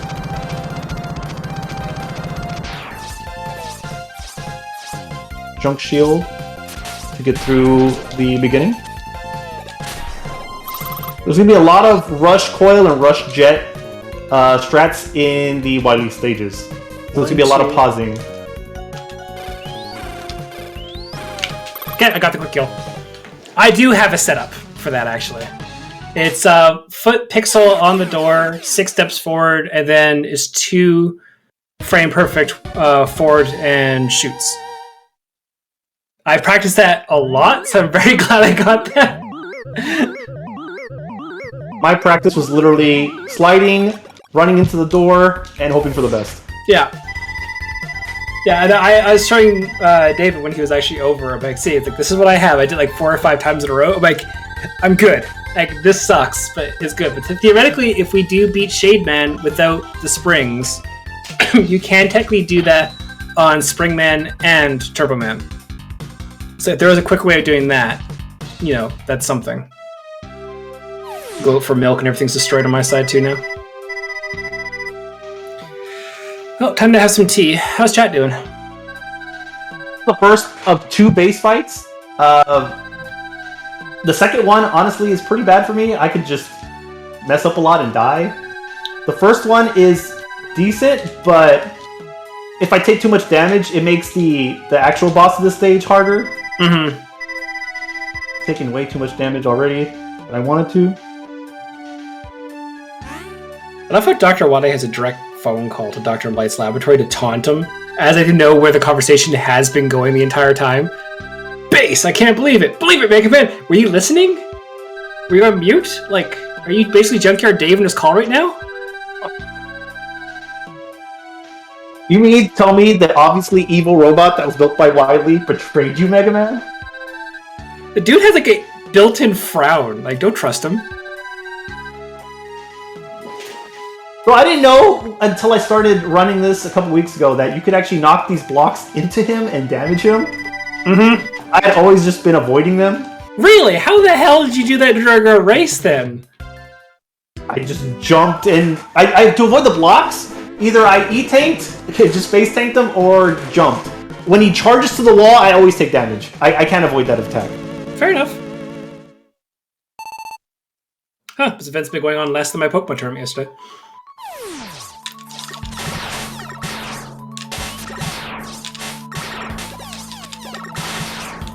I was going to buy a weapon tank energy refill for Wily 1, just because Honestly, it sucks, but I'm fine with that, truthfully. I'll eat my words in a second, but I haven't had a need to actually do anything. For, if it looks like I'll die... If it looks like I'll die on, Thank you, Rush. Can you be a good boy there? Thank you.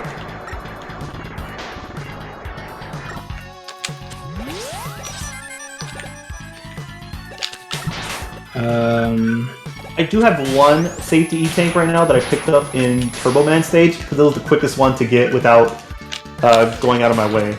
Yeah. I don't know how to get that one. So I literally just didn't bother to get it. And then in Wily 3, we do get one S-Tank, one M-Tank, and one E-Tank. Yeah, which helps out a lot World in the Record party skips, which is kind of nuts. I'm actually going to take this room a little bit slow. I don't like the dark room. I'm taking a lot of damage already on base. Nope, I messed that up. Yeah, I don't like that fight at all. It feels icky, honestly, when it goes well, and it feels bad when it doesn't go well, but I will grab this E-Tank here. Oh, I messed it up. Rush, stop being a jerk. There we go. If you use Rush Coil to get up there, you'll die. It's great. And the E-Tank right before the first base fight? Yeah. I always think about getting it. No, you have to use Rush Jet to get up there. If you use Rush Coil, you'll die. You jump too high. I hate this section with the springs.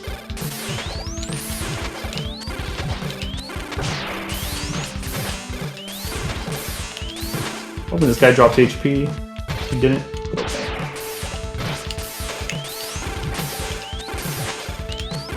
There you go. Like I could skip the dialogue for what's it called? Base's fight. But not do I take a death here? I don't do this battle very well. I'll try it once. Like, it's a race. I hate that screen with the flaming platforms. So glad I got through it. Now I'm onto the turtle. Who's honestly not that bad, but I can mess up and die. And it would be really bad because it's a long fight. Very RNG heavy. Whether or not he decides to, how many times he wants to fly to the wall. That the guts fight or whatever. I actually don't know what it's actually even called. I have like guts. One attack's worth.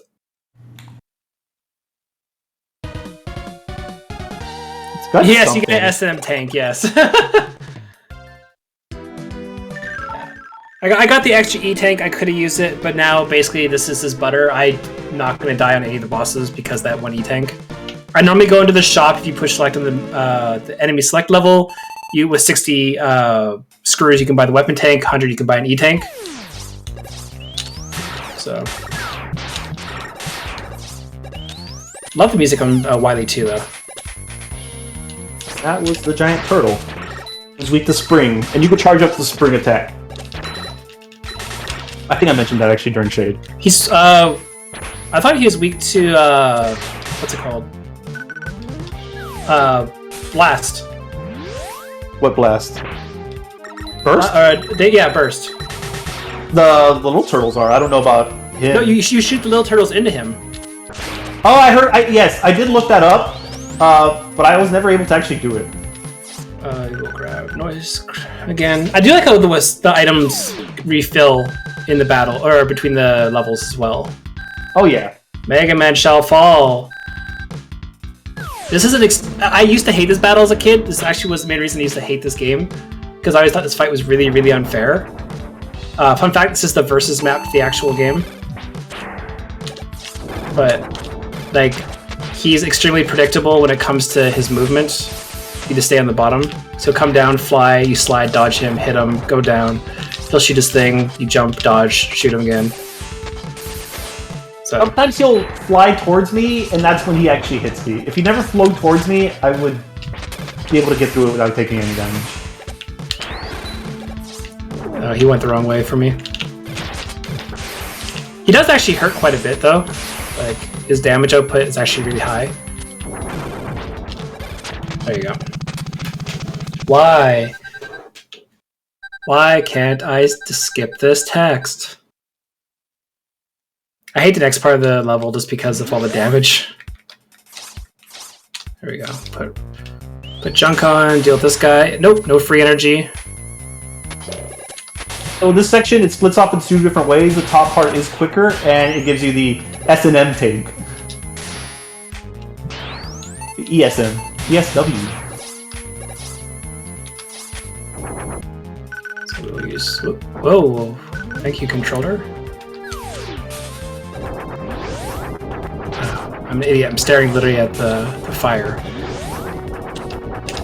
So with noise, you could actually self-charge by sliding into it. Timing is a little tight, but it's not too bad to get down. Oops, messed up.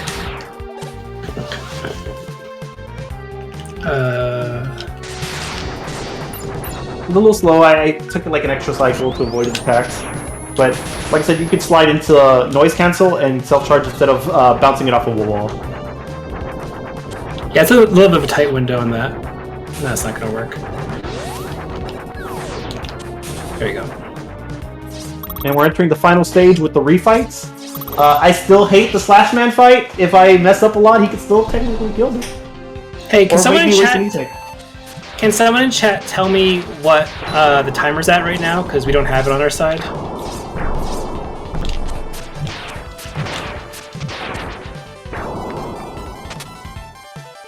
Oh, 2. This is actually ideal. So you kill the first 2, you wait... Oh, I got the... Okay, not. You jump here, you wait, and you jump, and you hit him again. You deal a good chunk of damage with that. Or if I mess up the... using the springs. Oh, 2 again. That's nice. I did read it does a lot of damage to him. It does a disturbing amount, truthfully. It's a shame that it's not actually used, but it's really hard to aim those... it was... 6 springs and 2 bubble burst ones, or danger wrap ones. 40-30, okay. Hey, he's rotten. Yeah, so again, that first death on Cloudman stage that legit probably cost me the entire run as a race. Just because the checkpoint of that level legitimately put me back, like I think 5 screens where I died. It's really punishing. Yeah, I think you're just like 1 stage behind. Yeah, I'm a full stage. I'm literally gonna go up and get the funny name tank soon. I just kind of spam junk in his face and hope he dies before he kills me. That's my strat on Freeze Man. Yeah, I don't really have a concrete one on that one either. So we're just gonna quickly rush coil there.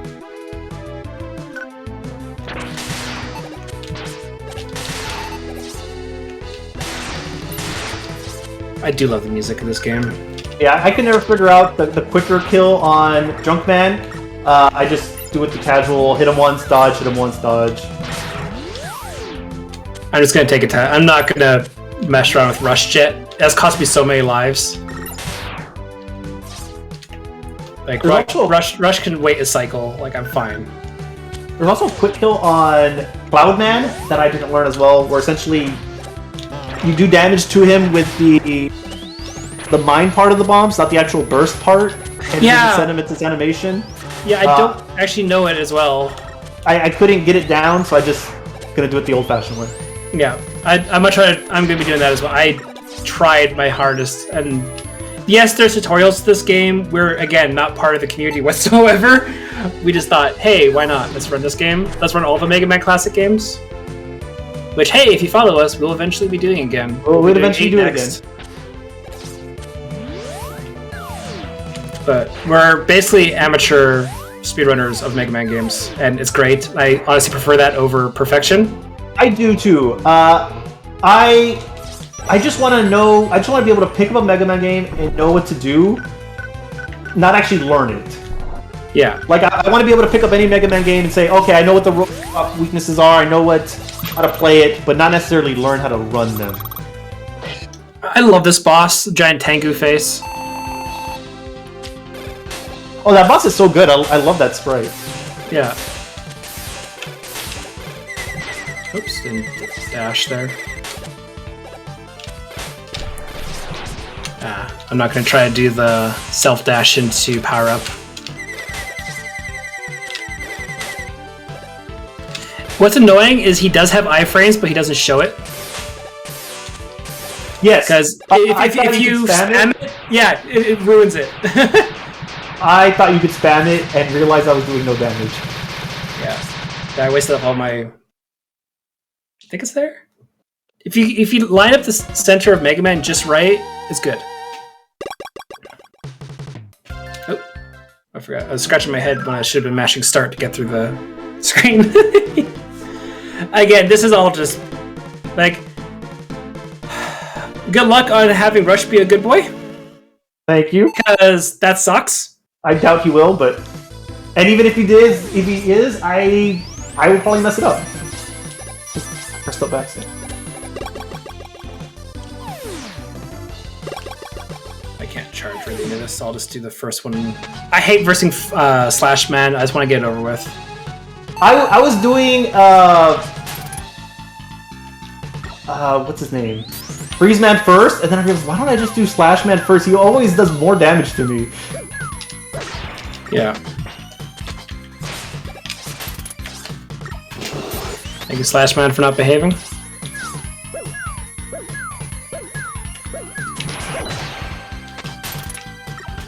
Yeah, like, I'd much rather... Like, the rest of them, they all have stun locks. Slash Man's the only really annoying one. Oh, I pressed it too early. I didn't even spawn him. Because it is a kind of a tight timing to get him to spawn to begin with. I did practice it. I'm a little disappointed I didn't get it, but it is what it is.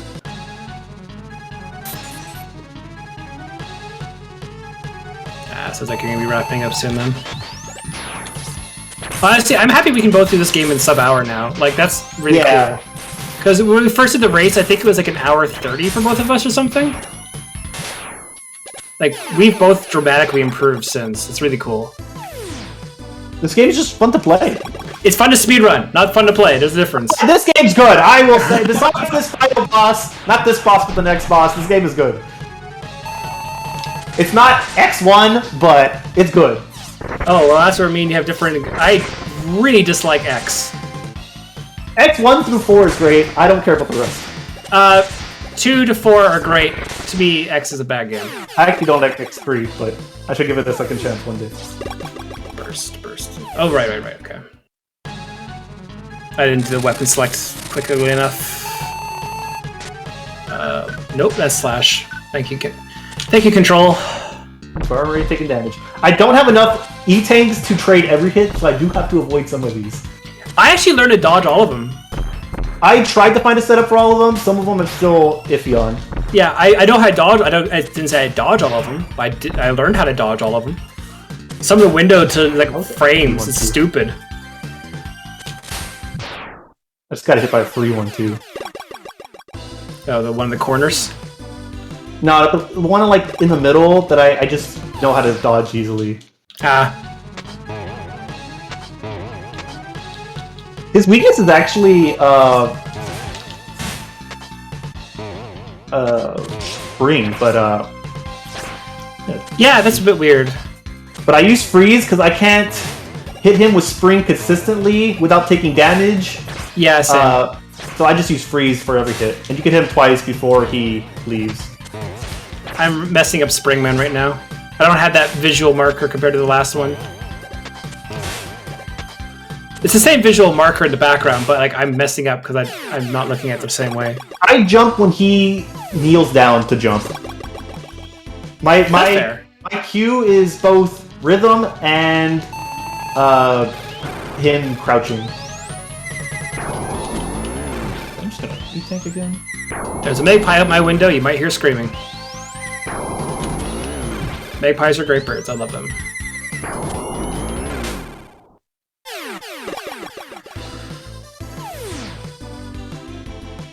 Freeze. There we go. I don't like finishing on Burstman just for the HP wise, because I'm not doing good on this fight, but I still got at least one more E-Tank. If you die, I'm going to catch up immediately, because that is the worst fight to have no resources. I cannot do this fight without E-Tank. Or a weapon tank. There you go. We're good. He has one more hit away. Alright, cool. I'm finishing up the last refill. And that's time. That's time on my side. Yeah, time is on the final hit of Dr. Y, the capsule. Which they put into Smash Brothers, like, goddamn, they're evil. In the challenge mode in this game, there's one challenge where you have to do this without any E-Tanks, and you have to do it like in 3 minutes or something. And I'm like, I can't do this without E-Tanks. I can't I dodge learned every it and I attack. did it. I just can't. I need at least one E-Tank. I think that's the best I've done it. Right now I use 3 because I was being bad, but I think my best has been just one E-Tank. Switch to Rush Search. And we're going to pause buffer this because I don't want to miss it. You know, I didn't even Once you think see about pause buffering. There you go. Once you see the pink ground, you can mash it and make Rush come up. Will he be a good dog? I had a visual cue with the little windows in the background, but Nope. I missed it. Bye, Rush. He needs to give you HP. If he gives you a health item, that it just lets Mega Man move freely, and you can one-shot Wily as his health respawns, like similar to Turbo Man. I am more than a robot. I hate that so much. Hi, Wily. They turned a lovable robot into a murderer in this game. Wow, good RNG on this one. Keeping all my HP for the next phase. Alright, man, just jumpy. Oh, got hit. Alright. But you can only get 3 hits on that phase versus like the 6 or 7 you can get. I never counted them, but you can get a lot more hits on the when he throws the robots. According to PJ, you can potentially do a quick kill on the Wida capsule. There's no feasible way to attack during this, and that's the problem. But theoretically, there would be a way.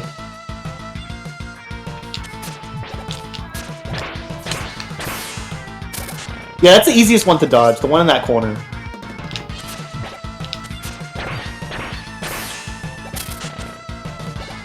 So I put my money where my mouth is, where I can say I can dodge this stuff.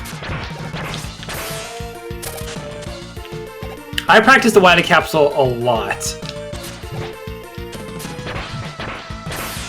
My strategy before is taking yellow hits and not taking status effect damage. That used to be my strat too. Yeah, I hate that window. That is such a stupid one. I had practiced it a lot 2 weeks ago, and then this past week it kind of lost me a bit. When I was practicing it earlier, I kept getting damage, and I was just like, this is how it's going to be during the run. Yeah. Problem is, again, if you die, it's really punishing.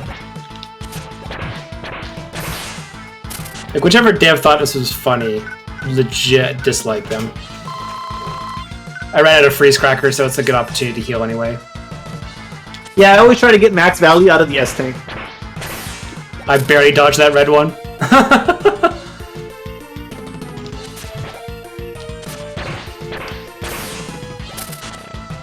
But yeah, this has been Mega Man 7 as I wrap up. GG Bird, meant to say. Thank you. See, that one's not bad if you get out before he does his big thing there. It's still annoying, it feels bad, but as long as I get 2 hits, thank you, man. As long as I get 2 hits in, I'm on pace for more or less an ideal fight. So, like, I don't really care, because you can't hit him a 3rd time. I've tried without Was my time 48:59? Time on my end.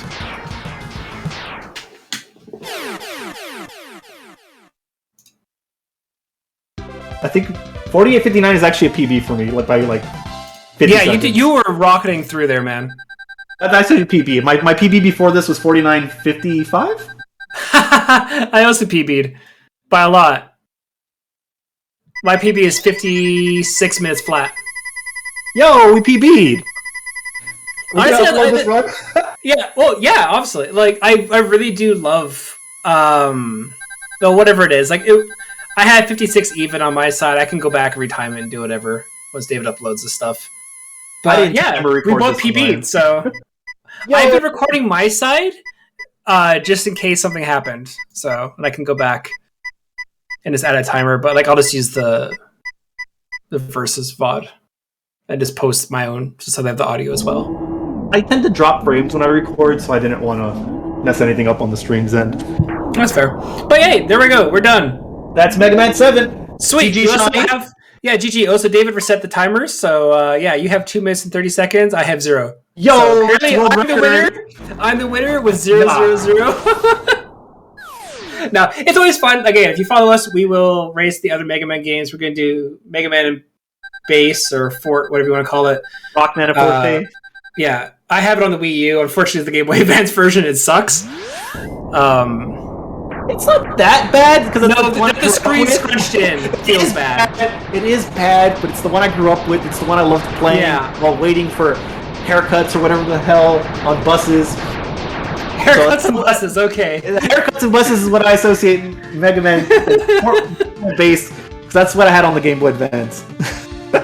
But like the thing is, like when it comes to that one, they basically scrunch the SNES resolution to fit the Game Boy Advance one, so you get sniped off screen by King and stuff like that. It's really annoying. But then we'll do obviously 8, 9, 10. I will eventually run this 8, 9, or 7, 8, 9, 10 as Mega Man Legacy Collection 2, just so I can. But yeah, whenever you want to wrap up, Dave, we're done. Yep. Credits are boring. You already see most of the credits on Bird's side anyway. No, Mega Man's walking away from the explosion without looking. He's so cool. So edgy. Attempting to murder people. I am not going to keep streaming. Birdman, if you want to keep streaming, David can host you on that one as well. If I do stream, it'll be in like an hour, hour and a half. So go ahead and host somebody, Dave. Yeah. I didn't have supper, so you know. I ate right before this, so I wouldn't be hungry during it. Oh, but yeah, thank y'all for watching. Y'all have a good one. Yeah, you find someone. Junkyard Dave is technically streaming, so if you host him, I don't get my suggestions, and it says, "Oh yeah, yeah." Honestly, heck, if you want me to do a Celeste run, that takes 50 minutes. That was not hard to do. So I can swap the turtles and do the first level, and it'll be just like a Dave stream. Oh, where he resets constantly? Where he resets constantly on the first level. Oh, we're great, yeah. Don't worry, we're This is the Birdman Shawnee comedy duo. Thank y'all for stopping by. Yeah. Honestly, it's always gonna be that game. Like me and Bird always love like playing off each other, but at Dave's expense, we're golden. Just it's always on Dave's expense. But yeah, what was it? Mega Man 7? Yeah, the links are there to follow us. But yeah, like if you want to learn this game, learn it from other people, not us. Yes, look at actual strats, actual old records, actual tutorial videos. Don't use this as a point of reference. Yeah, no, like this is basically casual speedrunners. Honestly, again, like what was it? Before Dave reset the timer, it was like 53 something. That's still like compared to my leaderboard time, it's still like an hour 10 submit on the leaderboard. So, like I have like a 16-minute PB to submit. We like to race these games casually fast. Yeah, I think that's the best way. Yeah, casually fast is the best way to say that. So, but yeah, I'm good. I'm just waiting for Dave to get off the screen. Yeah, to wrap things up. I don't know what else to say. Hey, anyone here want dark secrets about my brother? I said Junkyard Dave is streaming. Legitimately, Games Done Quick is streaming. I don't have anyone else on my side, so. Somebody go to Mega Man, any Mega Man game, and rate them. Let's see, anyone on the Retro channel? Junkyard Dave is streaming. NS Cardality is streaming. That's doing Dragon Quest speedruns. They're great.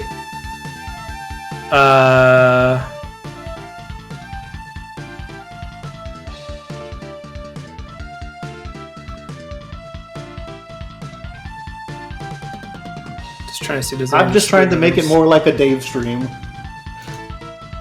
Oh, if that's the case, Dave, can you start the timer and like refresh it just before you finish your Bucky O'Hare speedrun? In your own marathon? Where you then load a save state that ruined your entire race? That's a true Junkyard David experience. Tessie, what else can we do to entertain everyone?